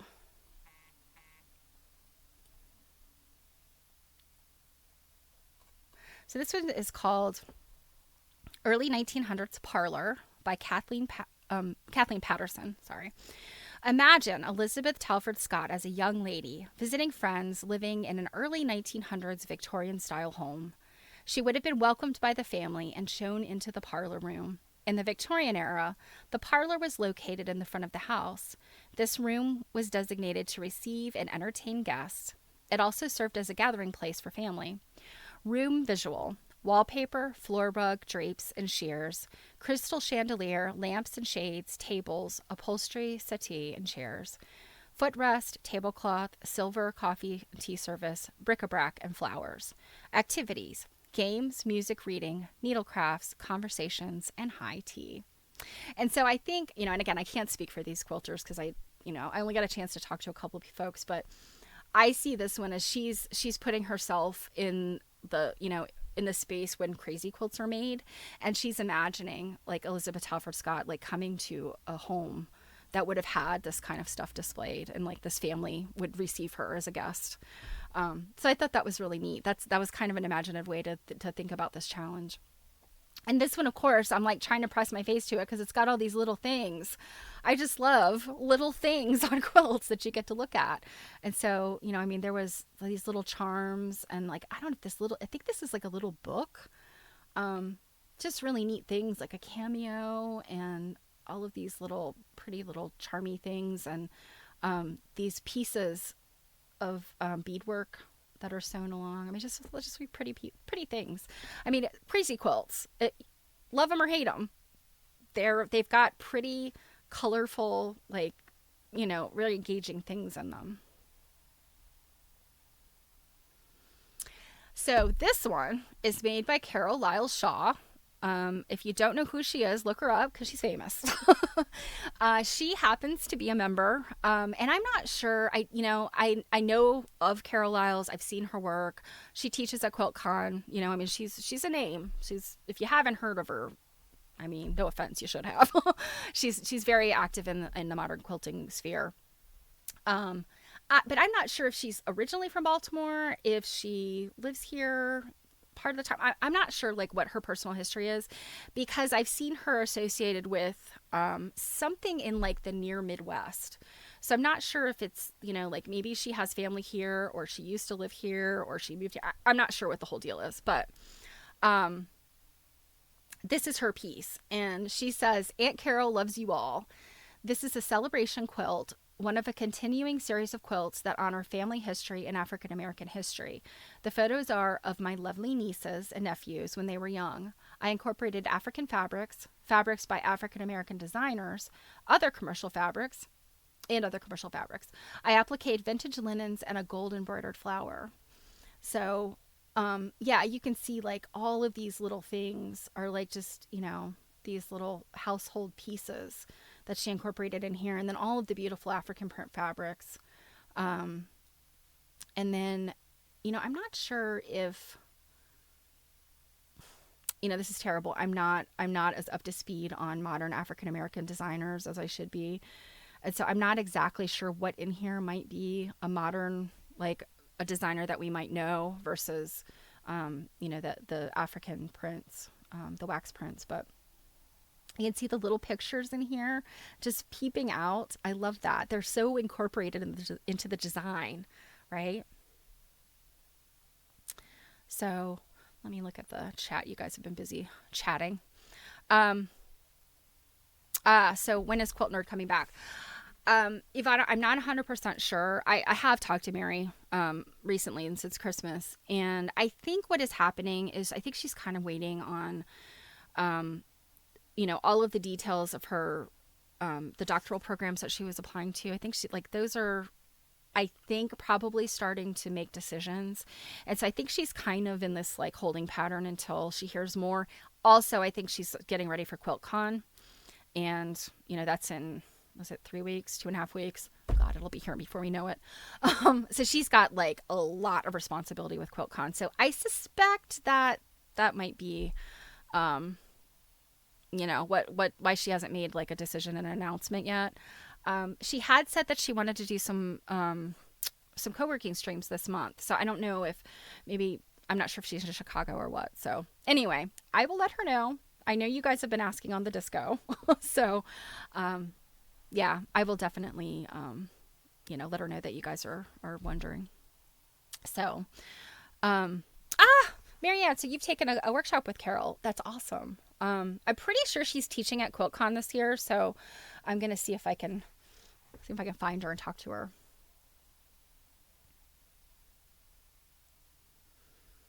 So this one is called Armor.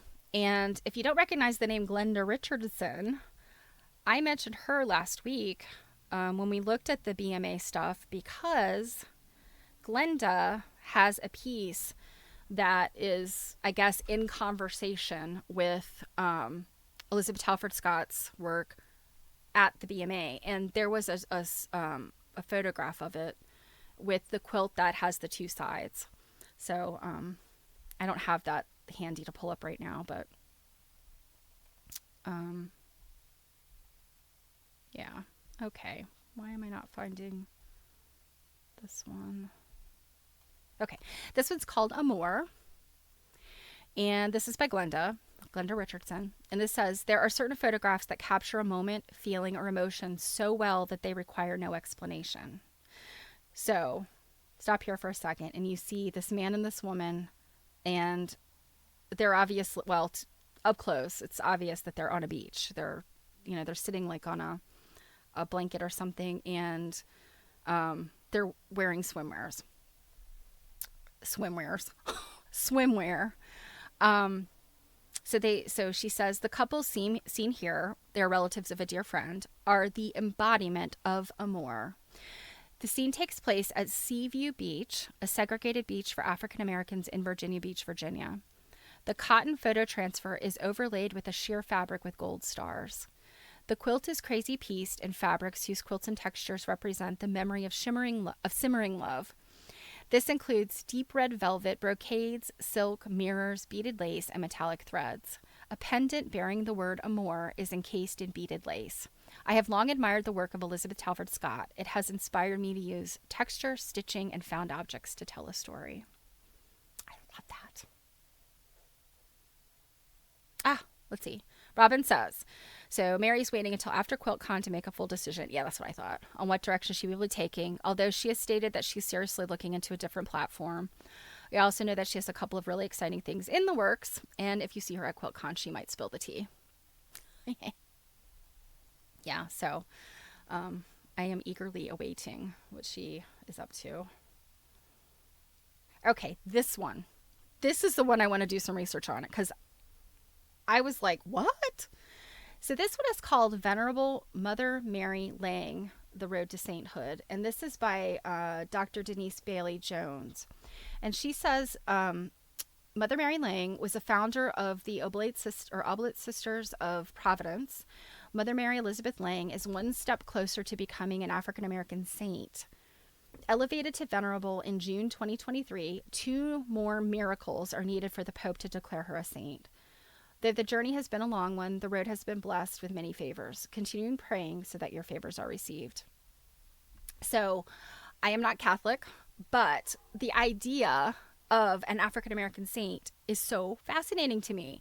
Like, the whole process of sainthood, I know, is like a big, long, drawn out thing. There are not very many people who are sainted, like, modernly. I think, is Mother Teresa even a saint? I feel like they were working on her a while back, maybe when I was a kid or something. But yeah, this was so fascinating to me. And again, I haven't had a chance to learn about her. There's this card on there. And I want to say this is a QR code, I think. And so I think the intention is like, learn more about this is the intention of this quilt.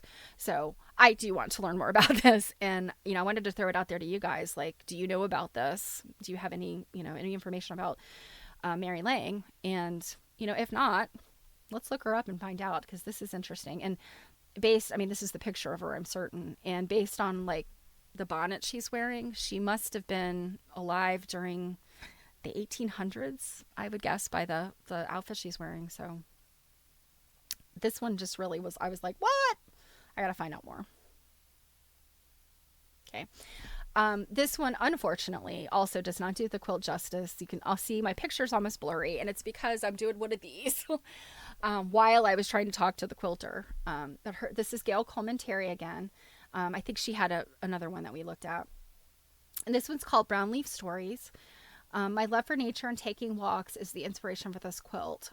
One late fall day, I was walking and looking at the crisp brown leaves. All of the early fall color had diminished. The leaves were breaking down to give back to the earth. I call this quilt Brown Leaf Stories. It no longer has the beauty of the early fall colors. An early snowfall or frost has left some residue on the leaves. Specks of white, black, maybe a hint of red, and various shades of brown and gray appear as it breaks down. As the sun hits the leaf and melts the frost, it glistens. Leaves also enrich the soil In my garden, I add leaves to the compost, and my spring flowers are beautiful. The next time you look at a brown leaf, I hope you smile and see the beauty that I see. A stone was added as a wink, and it's actually 3 stones. Stones are added as a wing to Elizabeth Talford Scott. Stones are a sign of strength, and for the gardeners, help to aerate soil. So I love this one. This one, some of these are so like intensely personal in terms of like family members and, you know, a nod to deceased family members and so on. This one is also deeply personal, but this is about something that's, just like the joyfulness of a day, right? And so the rocks here are up here in this little piece here. And it was hard to see them, again, because the quilt was up so high. But I just loved this. And you could kind of see there are some sparkly threads in this fabric, that are like the glittering frost that she's talking about. So another lovely one. So this one is by Kim Hall. This is another person, I think, that made 2 quilts. And so Mother Teresa was canonized. Okay, so she is St. Teresa of Calcutta. Okay, I thought so. I just couldn't remember. But my gosh, I mean, the Catholic Church, it takes some time. You don't just they don't just decide like, hey, this person should be a saint. They did wonderful things. Like, no, they've got to document like miracles and stuff. So, okay. All right, this one's called AAQB Represent. Can't say why, but was blown away by crazy quilt presented to William B. Hearst. We're going to look at that in a minute. And by the way, it's almost 4. I'm going to go over. Loved the pink satiny back with all those botanicals and signatures. I can't draw, but have flowers in my stash.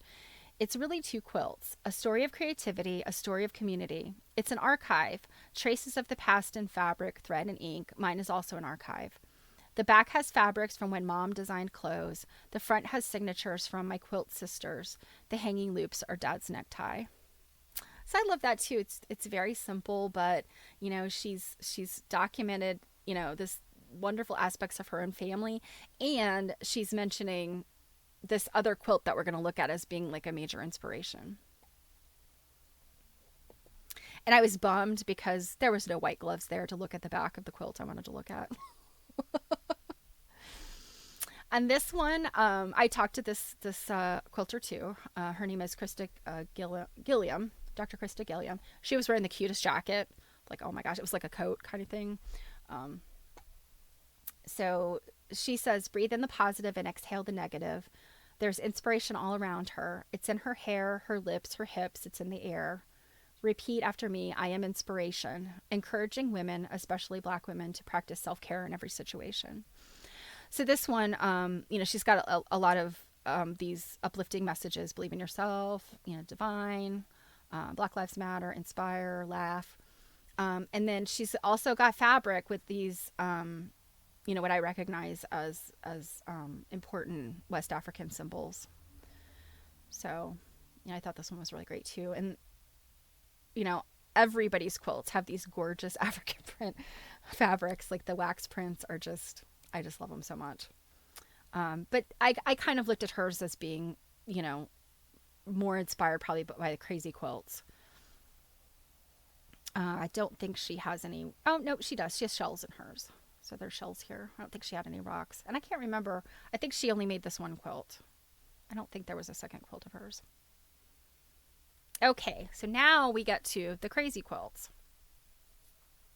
So this, I am pretty certain, and I talked to another woman that was standing there, I'm pretty sure they've hung this quilt sideways because this quilt was given to a man named William B. Hearst.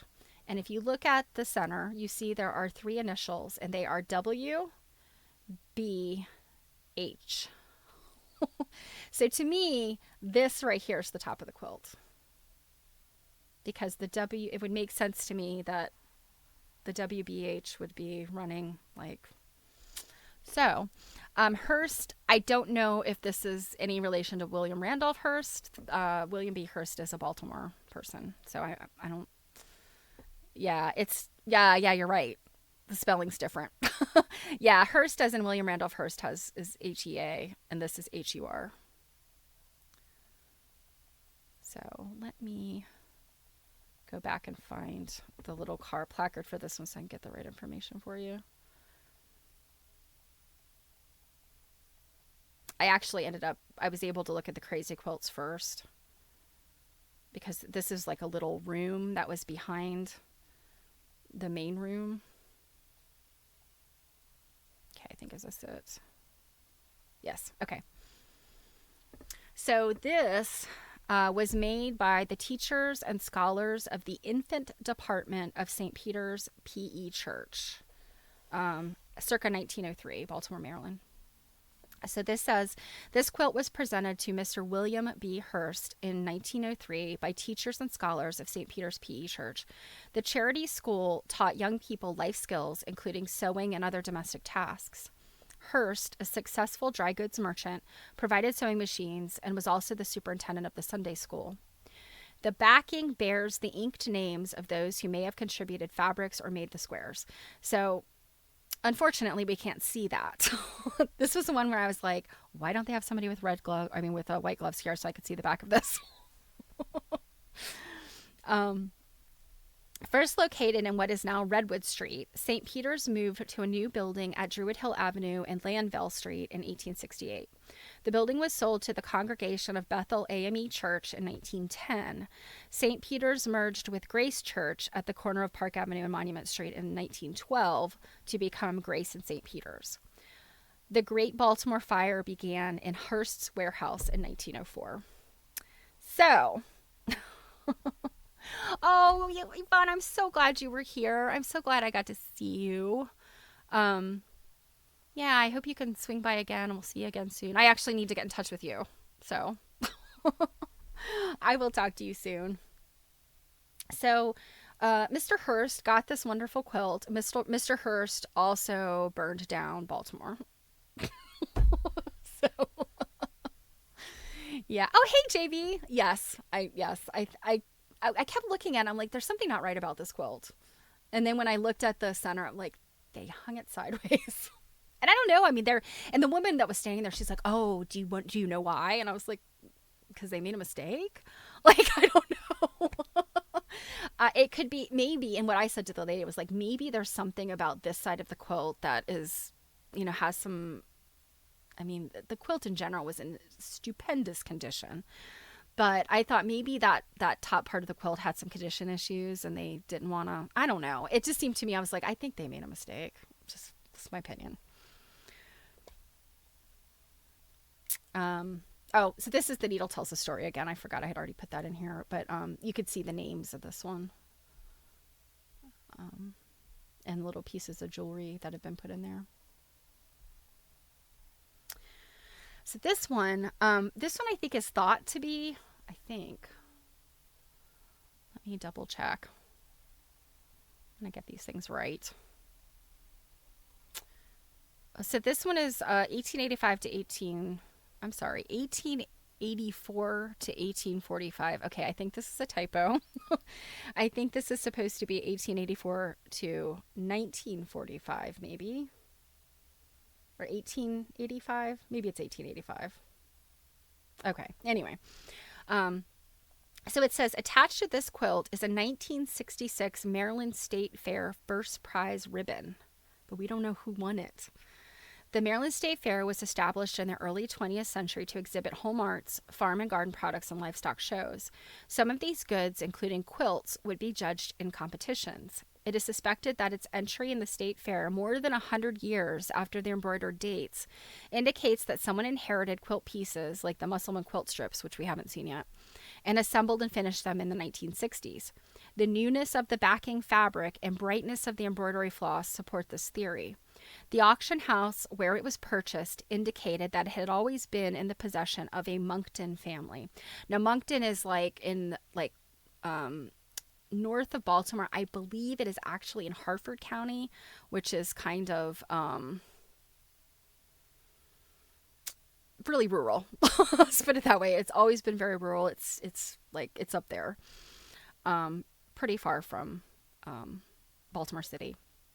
But this last sentence is African American subjects are depicted in a few painted caricatures in conversation. Crazy for you, crazy you be. I'm sorry, crazy you are, crazy you be, too crazy for me. Um, I think that is, where is that? It's in here somewhere. Um, so, Lost Wicca! Hey! It has been a while. How are you? So glad to see you here. Um, so yeah, this is one of those ones where, Moncton, it's entirely possible. I mean, I don't know a whole lot of African American folks that live up in Harford County, period. But, you know, I mean, it's certainly possible that this quote was made by African American persons, or that it was later put together by African American. I don't know. I think this is one of those, unfortunately, a lot of crazy quilts, or just, well, quilts in general, you guys know, are just, we have so much conjecture. I think it's unfortunate that the auction house purchased it from a family in Moncton and did not get better information about it. I feel like, you know, this wasn't just it got passed along and it was sold at a yard sale. This was purchased from a family by an auction house. They should have done better. It's just my opinion. So these are strips. Oh, no. I'm sorry. These are just close-ups of that quilt. And there are some really interesting fabrics in here. That's why I took this picture. So you've got these embroiders, and if you guys remember seeing Mary's quilt, the crazy quilt she had that we eventually discovered, was was it Seventh Day Adventist? Or Jehovah's Witnesses. Ooh, it's terrible. I can't remember. But some of the embroidery almost reminds me of that quilt. Some of these things in here. And some of this stuff, this is painted. This one is painted and embroidered. So I know that you could buy some of these little patches that are heavily embroidered. The quilters didn't actually make those. They would buy them from places that made them, on machines. So that's what this is. That's probably what this border is. So this one had some damage. There's damage up here, some of the silks. And these are just some more strips. This had that weird diamond shaped thing. There's little livestock. There's an owls in crazy quilts. There's this little child. Parasols and fans, all the things that, I guess we typically see as, imagery from that time period. So these were two other crazy quilts. This one, I don't know. I would not necessarily have called this one right here a crazy quilt, even though it has crazy quilt aspects to it. I don't know. I mean, I'm kind of on the fence about that.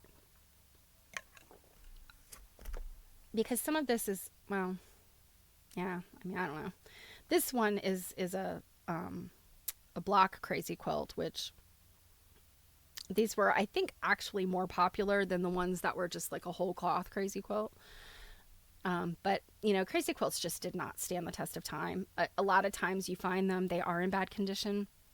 And it's because the silk was weighted. And I don't know if we've talked about this before, but weighted silk. So silk would have been sold by its weight, by the pound. And so they would adulterate it with metal salts to make it heavier. And so metal salts are microscopically abrasive.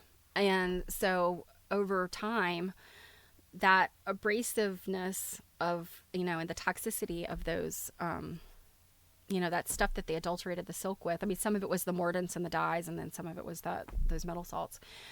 And so that's why you get shattered silk. And if you find silk that's very old, but it's in good condition and it's not crispy and crunchy, then it was a very fine, expensive silk. Whereas the everyday silks that, middle class people, or upper class people, middle class people were getting, were weighted and had that, you know, content in them that made them, brittle. I'm trying to remember if there were. See if I get the. Okay, so this first one right here is by Olivia Hardesty Kirk Conkling, circa 1884. Olivia Hardesty Kirk Conkling was the wife of William H. Conkling, president of the Savings Bank of Baltimore. This quilt is typical of the crazy quilt style with 42 block design and a double border of yellow silk ribbon and black silk velvet. There are many embroidered designs on the pieced blocks, most notably designs by popular Victorian writer and children's book illustrator Kate Greenway, and other motifs of birds, fruits, flowers, and fans. The quilt was made in the family home in Dixon Hill, Mount Washington. So this is downtown Baltimore. It is a crazy quilt, but it's just not as crazy. So, it looks like she really focused more on embroidery necessarily than the construction of crazy. And then this one here is by Mrs. Harrington, 1892, Quincy, Massachusetts. Little is known of the history of this quilt other than that it was made by the donor's husband's grandmother. It is an excellent example of the form of crazy patchwork quilting popular in the final decades of the 1800s. The quilt is dated 1892 and signed SCH in embroidery near the center of the quilt. 3 other squares have painted floral designs. Like with most quilts of this type, there are a variety of scraps from clothing and household fabrics, but this one has an unusual variety of shimmery silks and lustrous velvets in many colors, along with silk gingham, paisley, stripes, and other interesting prints. The colorful top stitching adds additional visual interest. It is unclear when the family came to Maryland, but the donor's husband was the grandson of the maker. Yeah. That seems like a complicated way of saying that this was the grandmother-in-law of the donor. But I like this one. I thought this one was pretty.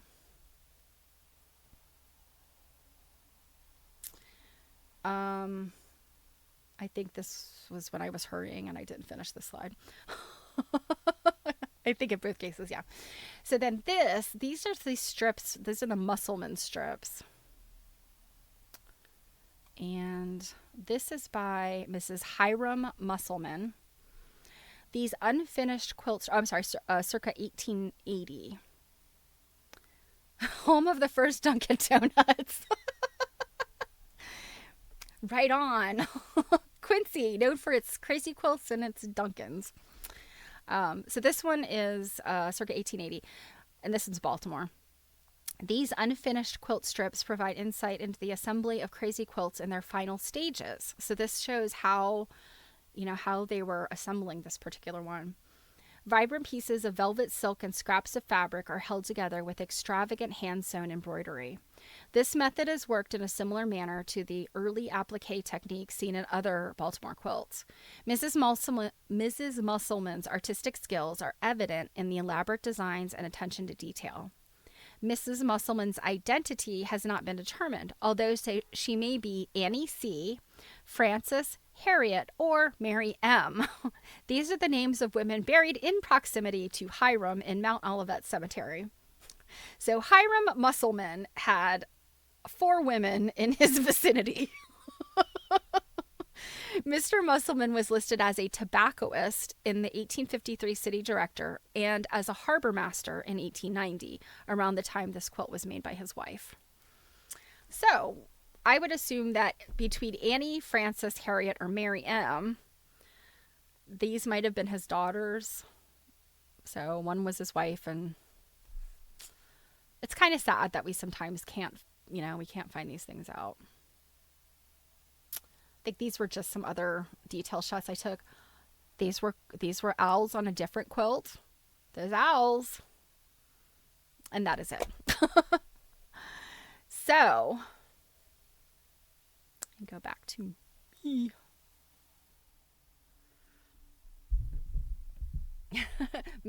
Quincy mass-produced awesome quilts and coffee. Yes. So you guys, oh my goodness, yes, yes, yes, yes, yes, yes. Please, please label your quilts. I mean, look at the quilts that the ladies from the African American Baltimore quilters. I mean, look at their quilts, and like I hope that those little placards, like what they wrote, they have also put on the back of their quilts because you don't know where those things are going to end up. I mean, for them, obviously, I hope they go into a show that is not just here at this museum, but also maybe travels. But, in terms of like, maybe it just goes into your own private collection. Maybe somebody wants to buy it from you. Maybe you hand it down in your family. Like, it's so important to label these things. And just it doesn't have to be what you're thinking about, but that's even more good information, particularly for a quilt that has so much personal meaning and has so much symbolism in it. I think it's really important these days to document those things. So and we have it so much easier. Like, we could literally print it out on fabric on from our printer. We don't even have to necessarily sew it. I print it out and put it on the back of the quilt and just stitch it on. So um yeah, I have. You know what? I have one more thing I want to show you guys before I close out here. And I had hoped I would be able to get to more of the Elizabeth Talford Scott stuff that I have, but um, I will get to that on Thursday. So, but let me show you this real quick. The other screen. Check out this. So this is the Reginald Lewis Museum of African American History in Baltimore, and their show is called Black Woman Genius, and their show is her quilt in conversation with the quilts of, I want to say it's 8 or 10 other like contemporary African American woman artists. So I'm very excited because I don't know any, like, the names of the women were not familiar to me. So I don't know if they are quilters, if they're textile artists. I'm not sure what kind of work they do. They might all be painters. I don't know. So this one I'm very excited about getting to. But I think the next one I'm going to go to is the Walters. So I think next week I'm going to try to go to the Walters. The Walters, theirs doesn't even open until tomorrow. Maybe I shouldn't go to that one because I won't be new early. I don't know. Next Wednesday, I'm going to try to make it to another museum. Let's put it that way. So it'll either be the Walters or the Reginald Lewis. But the reason I'm showing you this is, you guys, look at this picture. Does this, like, the most badass picture of Elizabeth Telford Scott and Joyce? So Joyce Scott, of course, is her daughter. And I think I mentioned the other day that that I knew about Joyce long before I knew about her mother. Because when I was in high school, I was very into beading and jewelry making.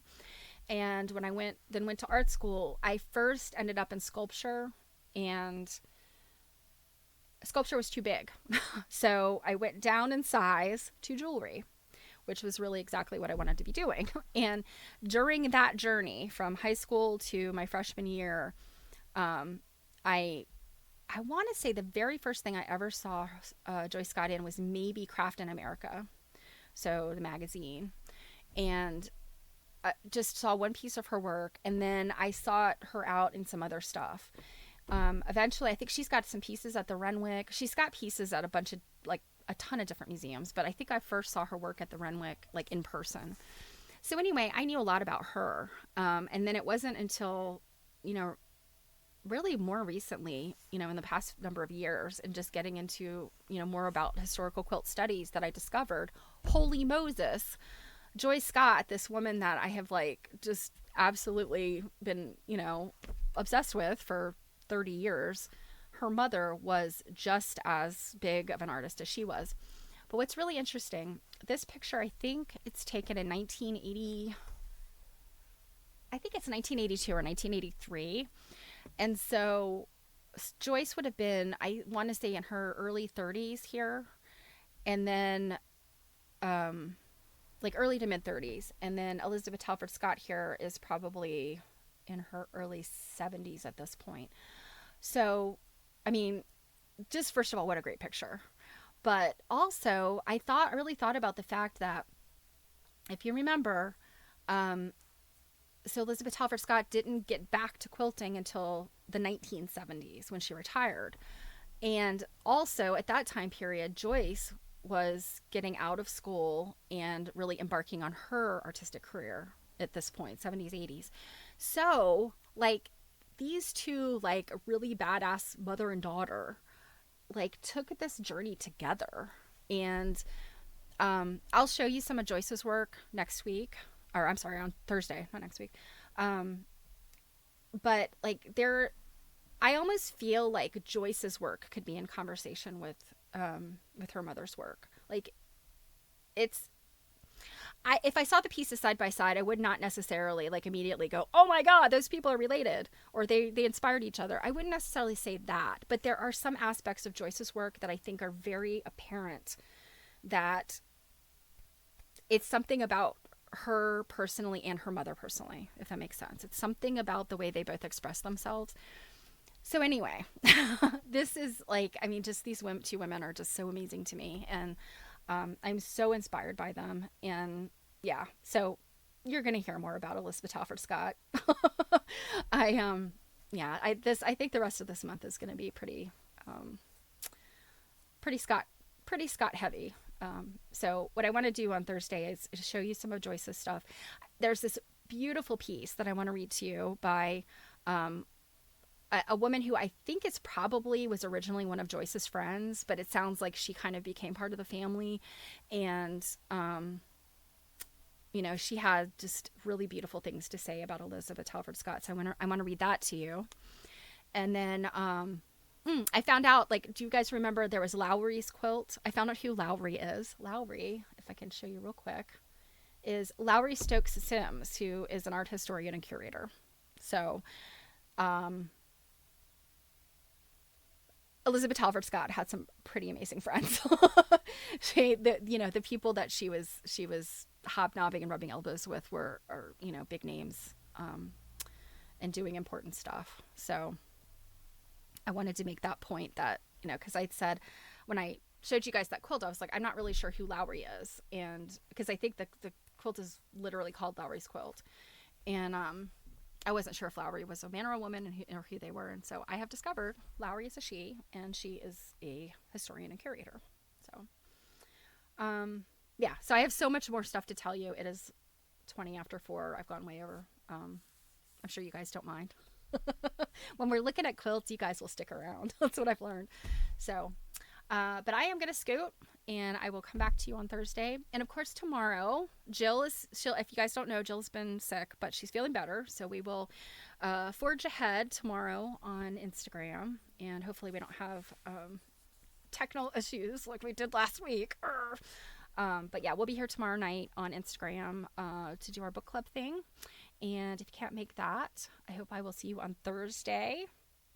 Yes, and so Kenny streams on Thursday, or I'm sorry, no, Sunday. Kenny's been streaming on Sunday. Um, yes, Jill and I will be on Instagram, so don't forget that. We're Instagram. This is Twitch. So you guys have a wonderful week. Happy Monday. I hope the Monday has started well for you to see quilts.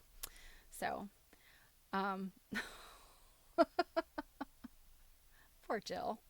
All right, you guys, I'm going to say goodbye. I will see you on the flip side. And I look forward to bringing more of this awesome, awesome stuff to you, because it is truly pretty awesome. All right, bye, guys. Mwah!